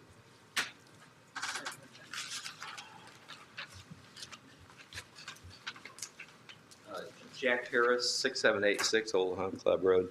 Looking at it from a different legal angle, I had a legal question. If we can prove we never got those notification letters in 2018, can that 2018 ruling be revisited? If they have, I mean, that's something you'd have to bring up with your own counsel. With whom? I mean, typically, if there's a deficient notice, we're made aware of it at the hearing. and we would force them to renotice. That's typically the standard that occurs. So at the time we had the hearing, obviously there was nobody complained that there wasn't proper notice. So I'm just telling you, I mean, I guarantee, I would say this, in the documents at that time, we got copies of the registered mail receipts, a registered mail that was sent out with the addresses. I can just tell you, that's what we got. So, I mean, it's 6 years ago. I don't know how good everybody's memory is. I would not remember if I got it. But I mean, based upon what we saw, there was proper notice given at that time. I can assure you that was something, we have been sticklers about proper notice. Can maybe somebody more confident in their knowledge of me quickly explain who at that time would have actually gotten notice? There may be a perception that I live half mile away and I didn't get notice. Yeah, very good. Do you want to go through that? Yes, the requirement for individuals to receive legal notice of public hearing, it's not going to be, here's the site and everybody within a certain area. The requirement is that any neighboring property owner that actually touches that property, including properties across the street, those are the individuals that are required to receive notice. So if you live more than one property away and you do not touch the property, you were not required to receive notice. Pardon me? It doesn't matter. It's the rules. It's the rules. So we administer the rules as they're drafted. All right, so. Let me add, though, that, Roger, there would also have been public notice in the newspaper. Right. Correct. At that time, there were two forms of notice that were required. The certified mailing, which again would have been required to go to only those neighboring property owners, but also the petitioner had to publish in the local newspaper the same legal notice at least 10 days prior to the public hearing. And was the property posted on site too? At that time, posting of signs was not required. Okay, thank you. All right. The town has made actually significant improvements in how they notice, both web, social media, posting of signs. I mean, it's a different world on communication now than it was. I'm gonna take your comment and then I'm gonna wrap it up, and I've got some questions for the petitioner. Mark Holes, 6855 Old Hunt Club Road. So really this last point where you're bringing up that who got noticed, no one was, nothing was posted. Why is everybody here tonight? Why? There's a sign at the end of the drive at the street. QR codes, everybody knows. Nobody knew in 2018. You're not making a mistake. You're gonna, you say, hey, they comply. I get that. The mistake was made in 2018. If anybody thought about what Hunt Club Road is, what Zionsville is, how many businesses are on Hunt Club Road from Ford Road to where Hunt Club Road ends at the end of our neighborhood?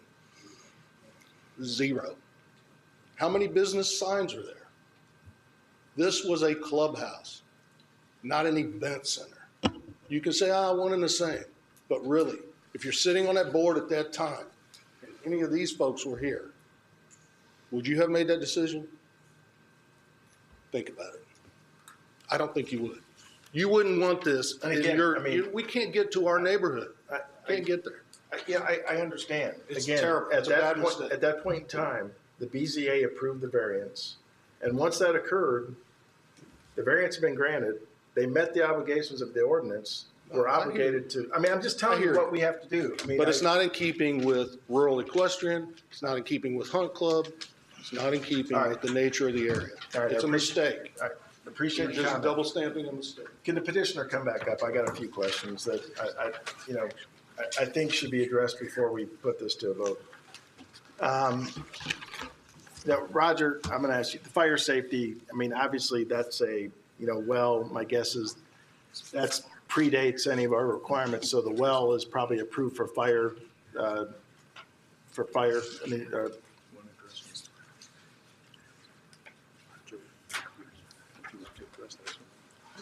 I do know that when there is rural that doesn't have sewer or water, I'd say I don't recall us ever not approving it.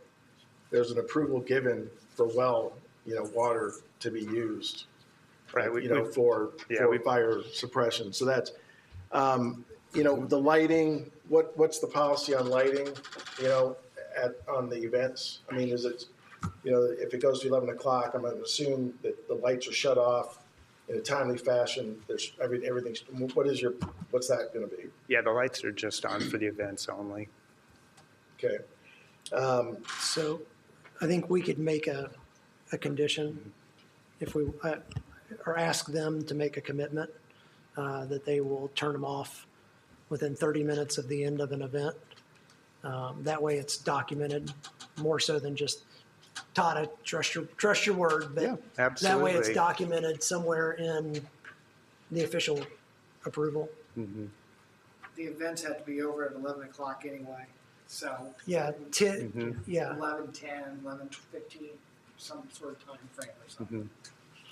Yeah, just as long as public safety is taken into account, there will be caterers that are packing up and all of that, and that does take some time. So for their safety, you wouldn't necessarily want to turn off the lights. What, yeah, look at this. What is our obligation relative to, you know, public safety?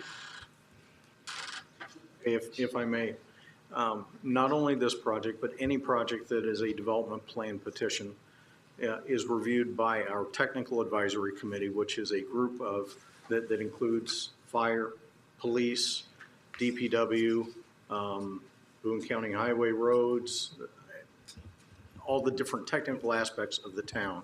We come together, we review every project. We then compile a list of things that need to be addressed. In many cases, the petitioner is able to address those prior to a hearing like tonight. In other cases, there are going to be a list of things that have to be completed prior to an approval, and that's why one of the things that is being considered tonight is a conditional approval. Condition meaning that they need to resolve the remaining and outstanding comments of the different comment letters. For this specific project, the Zionsville Fire Department did provide a letter of comment dated Tuesday, January 16th, 2024. They addressed a few different items on that, but the one that has gained quite a bit of comment is regarding water supply. And the specific comment is an approved supply of water for fire protection is required. So therefore, the petitioner is going to need to provide evidence of an approved supply of water prior to the fire department signing off on the conditional approval. Again, if it would get to a vote tonight, the Plan Commission may vote to approve a conditional approval. They're not ready to go build yet until they also address these remaining comments. Well, and I would also add to that, they then have to go get a building permit. Yes. This is not a building permit. Correct. And on the conditional approvals, just as for informational purposes, it's very common. If you've heard tonight, I think every single one of the ones we've approved had conditional approvals. So it's very common that these are approved with conditional approvals to be worked out between staff and the petitioner. So it's not an exception we're granting them by, you know, if it is approved with conditional approvals. You know, questions came up about delivery trucks. I mean, is timing of those, I'm going to assume during the day. Is there any plan? I mean, would you limit delivery to specific times? I mean, obviously you're going to have caterers and stuff like that that are going to be coming in. Yeah. State your name and address, please. Marlon Villanueva, my wife Tanya. Address is 540 Eagle View Court. So first of all, it's been tough hearing all of these your passions and your concerns about it, right? My wife and I also had our passions and dreams, and one of hers was to operate an event venue. And back in 2018, we were living in Avon. Can you speak into the mic, please? Yeah, sorry. We were living in Avon in 2018 when we originally signed to purchase this property. We wanted to make sure we were able, we didn't hide anything. We didn't hide our intentions. Our intentions at that time and still today is to build and operate an event venue, right? And we wanted to go through the BZA process before we finalize and close on the sale, because it was a significant investment for us, not just financial resources, but also, we moved from Avon, right, to here because of this. At the time, somebody mentioned, why hasn't anything been done over the last 5 years? We've been raising our kids, got them through high school, and now that they're in college, we have a little bit of time to pursue this. So right. Yeah. A lot of things have happened, right? But everybody's dealing with that. But we made a significant investment in it for this reason. We want to be good neighbors, right? That's why we agreed to the commitments. And we also wanted to put together a structure that was pleasing to the eye and would reflect the quality of the homes in that community. So just wanted to say that. With regard to deliveries, yeah, I would think that most of them would occur during the day. I mean, the only set of deliveries that I would think would be the caterers during event day, right? We would have the equipment there, the tables, the chairs, et cetera, on site. So it wouldn't be like we would have, equipment vendors coming in every weekend. I'll ask Roger on this. It was the Rural Historic District. What, rural equestrian? Historic, was it? No, it was a historic district. Right, yes. So- Yes, so the Hunt Club area is a listed historic district. This particular property is a non-contributing property. We did talk to the state about it, and there are no historical requirements or limitations on this property at all. Okay. Pesticides. Well, per code, we can't run off water onto neighbors' properties, and we do have water detention planned, and so there should not be runoff, from this property, which would handle the pesticides issue. If you guys want to talk to maybe types of. With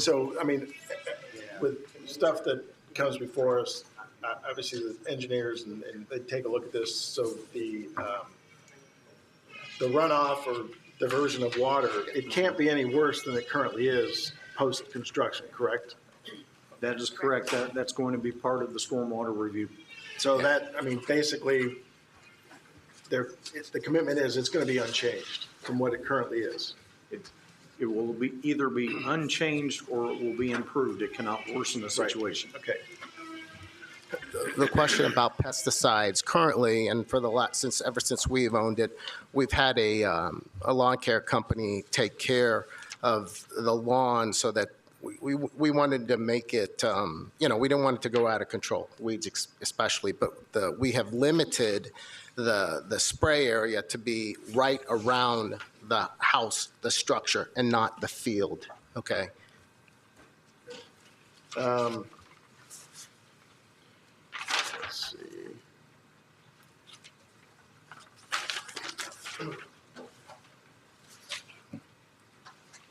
Yeah, it's, I know what you say, but, obviously, you're going to commit to, what's your obligation, what are you going to do to maintain property, et cetera, after post events and those sorts of things? Post events?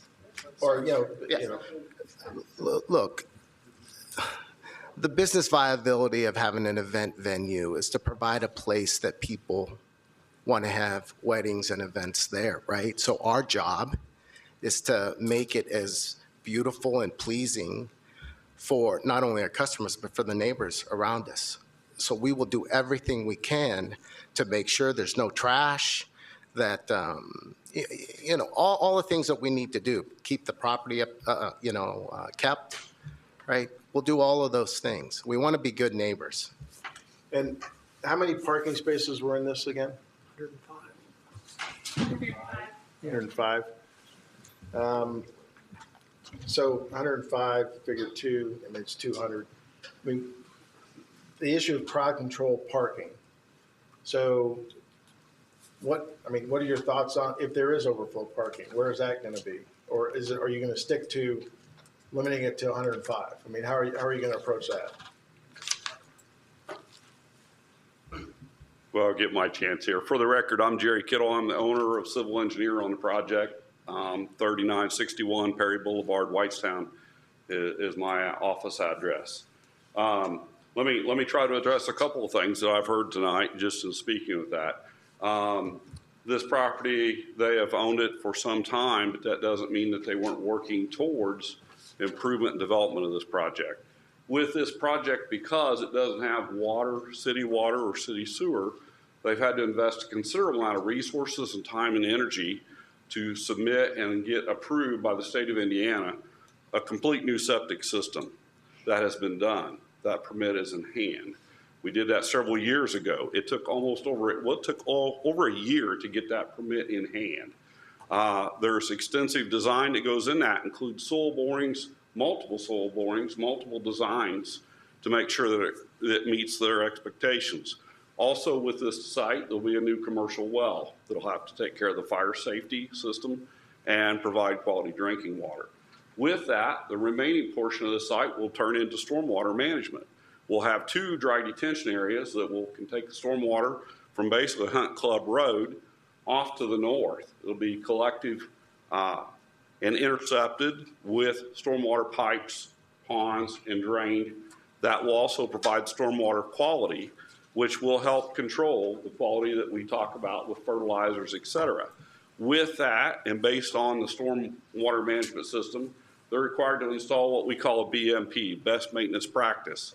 It's a structural BMP that will take out a lot of the suspended solids and the other requirements that is under not only Zionsville, but Boone County Drainage Board under their requirements. So this project has been, just for clarification, there's been a lot of discussion about what points did it go through.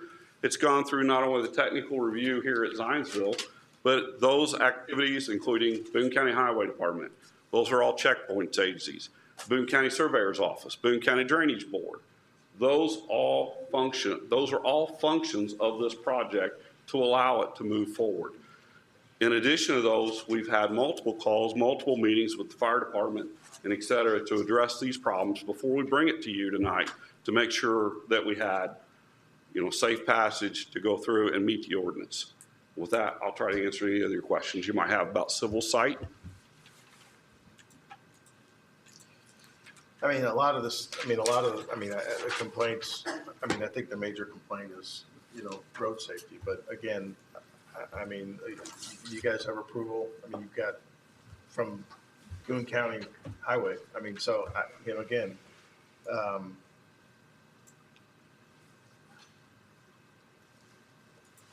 does anybody else have any other questions? Isn't just to the north of this property, just up the road, there's another event center already. It's a big horse pavilion up there. They have a lot of events out there, and I'm well aware they don't travel past this, but down this far. But there's events that go on out there. This road, I agree, the road is very, very insufficient in certain areas down through there, but there's already events going on relatively close, and I'm sorry no one knew about this. No one was an adjoining landowner in 2018 to address some of this stuff in 2018. Well, I would go back and state that, I was on the plan commission at that time. This was the BZA. I know, but even the plan commission or the BZA, there's proper notice. At that point in time, we were sticklers for it because it was registered mail, and I'm confident that registered mail was sent out related to this. But it would have been to the adjoining parcel owners only, which looks to me is limited. But at that time, we did not have the notice that we have today. And that was something that was added 3 or 4 years ago now, I think. So, yeah. Any other questions, comments? The one thing that I would state that with, 100, if they have more than 100 people, they have to get traffic control. Is that what it was? Security. Yeah, Well, they're required to get an security / traffic. Let's say that's 75 cars. It seems a lot for a single lane road. I would ask, would you modify the commitment to state that, you know, for 50 people, you would get, you know, police, I mean, some sort of, you know, traffic control. I mean, you're passing on to the people who are using the event anyway. So You're not requesting a modification to the BZA commitment. You're talking about a plan commission. you would make a commitment to along with this, and would get, how would that get recorded, Roger? I'm going to make some statements, but I'm hoping to make eye contact Could, with I mean, if council. they agreed to the commitment, they could do that, and, I mean, how would that get recorded? Commitments are reduced to writing in the form that's prescribed and has to be prepared, and recorded conditions are just part of the approval. Conditions are, violations of the condition are enforceable just as well. Commitments, just an added step that make it run with the land. Would you be willing to go down to 50 people? If you have an event with 50 people, would you, 50 cars, or, no, yeah, 50 cars, would you, no, it was 100 people, so sorry. It was 100 people. 50 people, would you agree to get, I mean, this is something that I, you know, trying to work out some sort of, you know, compromise as best you can. Mm-hmm. I would ask, is that something that you would be willing to commit to? Yeah, they don't have an issue with that. Okay. I think you should, yeah, I mean, that doesn't solve necessarily the problem, but it's definitely a commitment that they can make. Mm-hmm. I'd say it's a big difference when you have 100 cars or 100 cars with 99 cars, no traffic control. I mean, you know, 50 cars, it's better. I mean, I don't think there's a perfect answer for a single lane road, but it's better.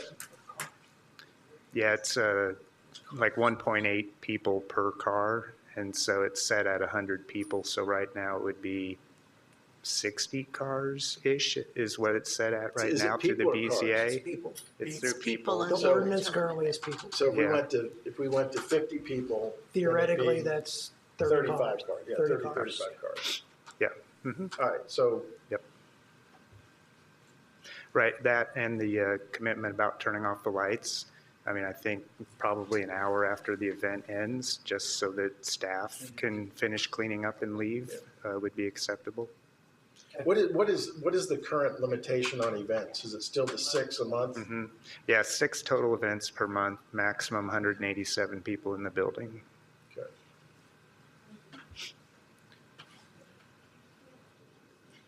Is there anybody else? Any other suggestions? Mm-hmm. So you would be willing to add a commitment in here that states that Condition. Or condition, I'm sorry. Yeah. I'm sorry. I just want to make sure we don't. Thank you. Go down that route. Still getting used to everything again. 1 hour after the conclusion, which would put it at midnight. If the event ended at 11. No, we're done with, I mean, at this point in time, we're done with public comment. Mm-hmm.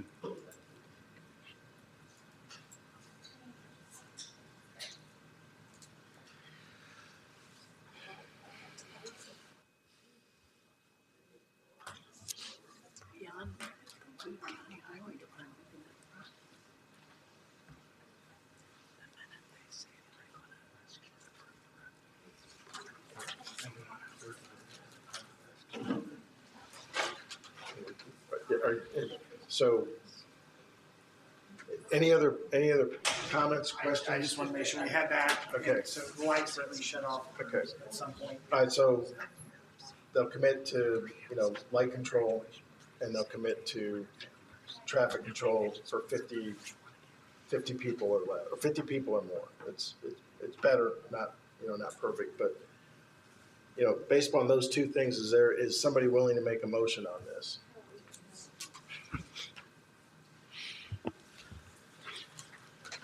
I'll make a motion. I move that docket number 2024-04-DP, a development plan for a clubhouse addition and associated site improvements on 5.42 plus or minus acres in the rural equestrian RE district, be conditionally approved based on the findings in the staff report and the staff recommendations, submitted findings of fact, subject to resolution of outstanding review items identified by the comment letters, exhibits 5A through 5C, a condition that the lights be turned out, the site lighting be turned off within an hour of the end of all events, and that a condition that when there are more than 50 people on site, that there is traffic and security by an off-duty police officer on site. Is there a second? Second. Any further discussion? Mike, let's go ahead and take a roll call vote for this one. Chris Lake, Aye. Jim Hurst, Aye. Cindy Madrick, Aye. Dave Franz, Aye. Mary Grabanowski, Aye. Nick Plopper, Aye. Josh Fedor. Aye. Motion carries 7-0. I mean, I appreciate your comments. We probably went a little bit long on letting you speak, but we did want to give you an opportunity and try to work what we could into, the approval. So you're approved. Good luck. Hopefully you can, work with your neighbors some more and try to figure things out. Great, we appreciate your consideration and All right. patience. Thank you. Last item on the docket. It's only 9 o'clock. We don't have to even worry about the exception. I mean, we don't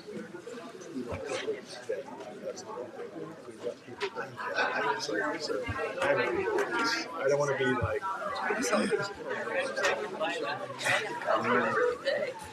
You got the money? I did not know that, but I got the impression that was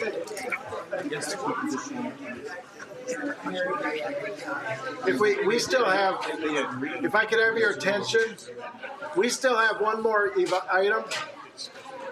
Please carry your conversations outside so we can get done. We have one more item, so I would ask that you outside, please. Thank you. Same party. Is that Perfect.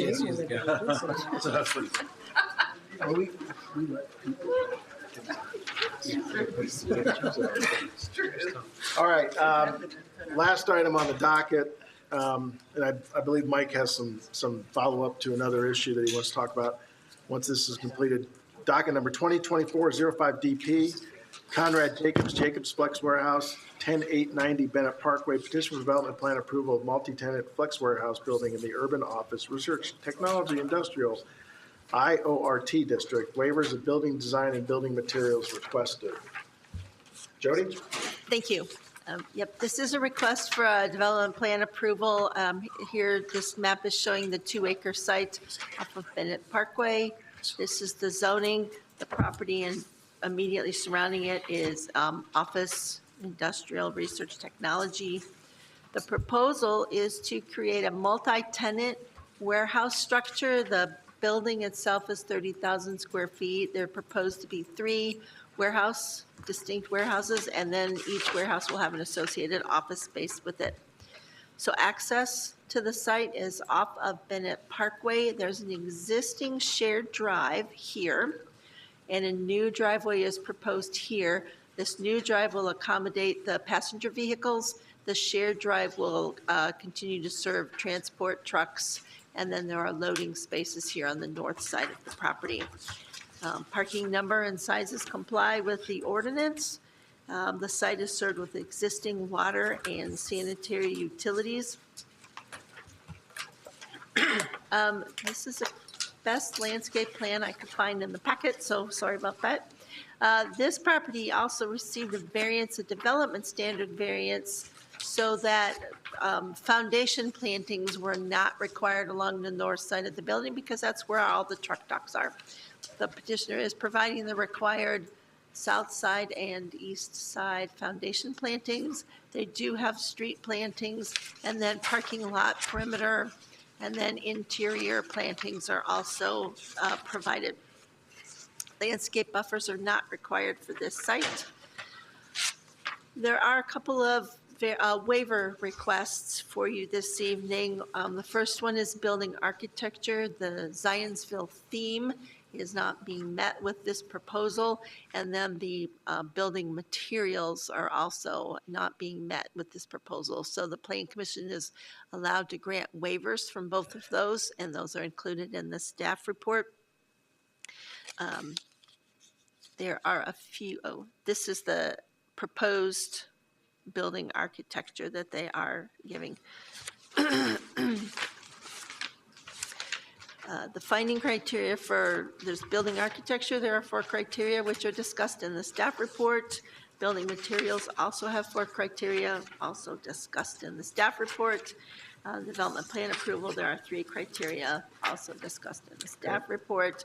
But you can see the building here is using materials that match what's surrounding area for in the industrial park. Again, there are a few technical comments. I will just note that since we've been talking about technical comments, the packet that you guys received included some letters that had a lot of technical comments. I will say that this is typical for all Planning Commission projects, but you submit some plans, you get some comments, you submit revisions, then staff's got to get a staff report out. And in the meantime, the petitioner is still revising plans and we're still reviewing. So I think we're on review letter 3 or 4 for this one. But a significant number of those comments have already been resolved. There are a couple of, again, of outstanding drainage and stormwater items. Again, staff is prepared to support building architecture waiver, building materials waiver, and then, of course, all of the development plan with the staff conditions that they tidy up those technical plans. All right, thank you. Is the petitioner online? Okay.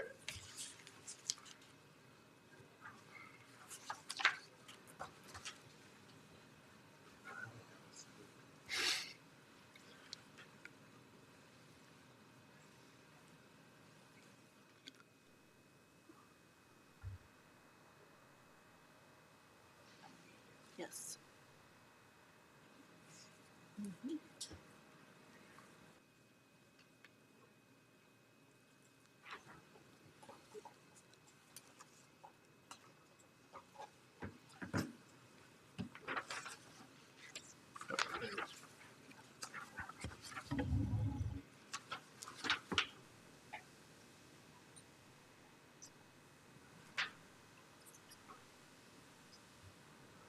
Yes. You're being heard, yes.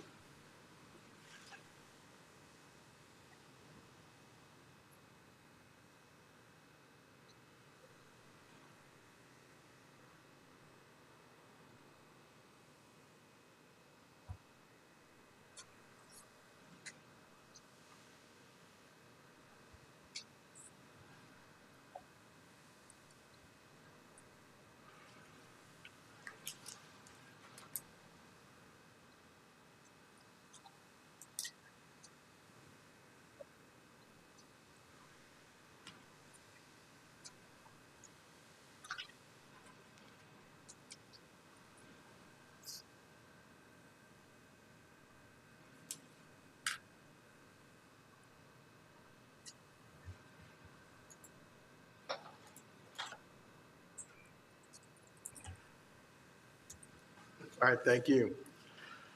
Is there anybody who'd like to make a comment on this matter? That's a no. Members of the Planning Commission.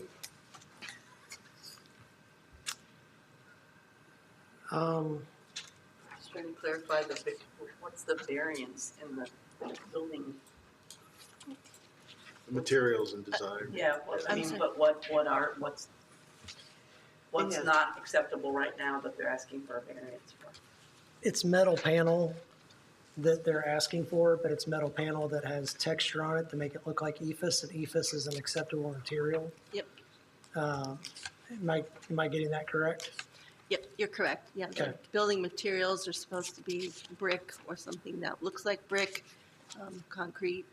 They are proposing a short wainscot of brick block, and then EFS materials on the remainder, which don't meet the building material standards. There's the architecture as well, the Zionsville theme. The building is supposed to be Georgian architecture or Victorian architecture to fit the Zionsville theme and this building. Some of the things we've approved with those restrictions have just been crazy. I'll go back to Zionsville has one building that matches any of those design styles. It's not the Zionsville style. It's the style that somebody, when they created the ordinance, said they wanted Zionsville to look like, but it's not. So that doesn't bother me at all. I hate EFS. I really am not a fan of things that look like EFS, but metal panel to me would be, I get why they tried to do metal panel that had EFS on it, because it is more easily maintained than EFS. But it's, I don't know. It doesn't look worse, but it doesn't look better. I'd rather see just metal panel, but at the same time, I'm not, So the backside of the building is against the through road to RLL Racing. Right. So, what is that, about 10 feet from the road, if that much? I'm just kind of curious. it is 16. Is it 16? Well, I don't know. Maybe I'm. No, 1611, yeah. You're right, yeah. Okay, Plus a little bit. yeah. All right, I was just, so, all right. Anybody else have any other questions, comments? None of those buildings back there set the design world on fire. No, So, the first one that went in is. yeah. Anybody else? Is there a motion? Get my quoted in my system. So we have to add, we have to do each waiver separately, correct? Yes. Yep. I move that the waiver of architectural building design requirements be approved based on the findings in the staff report Exhibit 6A as presented. Second. Any further discussion? All in favor signify by aye. Aye. Opposed by nay? Motion carries. I move that the waiver of building materials be approved based on the findings of fact in the staff report as presented. Second. Any further discussion? All in favor signify by aye. Aye. Those opposed by nay? Motion carries 7-0.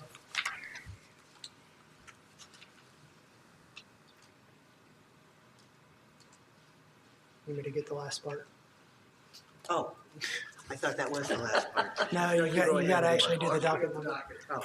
I move the docket number 2023-55-DP, a development plan for a warehouse office building on approximately 2 acres in the urban office research technology industrial I-ORT district, be conditionally approved based on the findings in the staff report and the staff recommendations, submitted findings of fact, and subject to a resolution of outstanding review items identified by the comment letters, exhibits 5A and 5B. Second.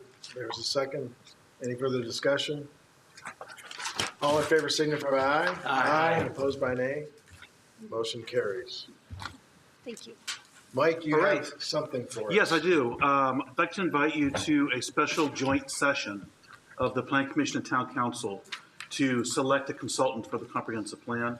We've received 9 submittals for the work, qualifications from 9 different consultants. There's a committee that will review those 9 and narrow that down to the top 3. That'll happen next Monday. But from then, we'll notify the 3 top finalists and invite them to present their proposals to a joint session of the Plan Commission and Town Council that is being scheduled for Saturday, March 16th. Will someone, who will send out an invite for that? We will. Okay. Yeah, we will send you out the invite, but we'd like you to reserve that time. It'll be about noontime. I think the mayor may provide lunch. What date was that? I'm sorry. Saturday, March 16th. Yeah, we're competing with the pregame festivities for St. Patrick's Day on March 7th. Oh, well. Yeah, the Final Four, that's. Maybe we could have our own St. Patrick's Day Tough weekend. festivities. Well, that's not the final four. This is March 16th, not April. Well, but it's. April 16th. But that's the first weekend of the Final Four tournament. That's when all the good games are. during the Okay. day. The idea is then on that day, the 16th of March, Saturday, The 3 finalists would present their proposals and budgetary information. And then as a group, both the Plan Commission and Town Council would dismiss the consultants, and then we have a lively conversation about, which consultants we prefer to have. And hopefully, I'm hoping that one of the 3 consultants will rise to the top. We'll all agree on the best candidate. Okay, so yeah, you'll get a notice on this. So how, is it like a 6-hour meeting or? Probably 3. So noonish to 3, I'm just putting. Yeah, maybe 4. I would hold 4 because Yeah. most times they give roughly an hour for interviews, like 45 minutes for interviews and a 15-minute break, and then 45 and 15. Chris is right. Probably 4. See what people can turn over. That's all. All right, thank you, Mike. Yep, sorry. Anything else? Is our motion to adjourn? Second? In favor? And hold on, we got one more thing coming down, so. Okay. Nope, meeting's adjourned. I'm pretty sure.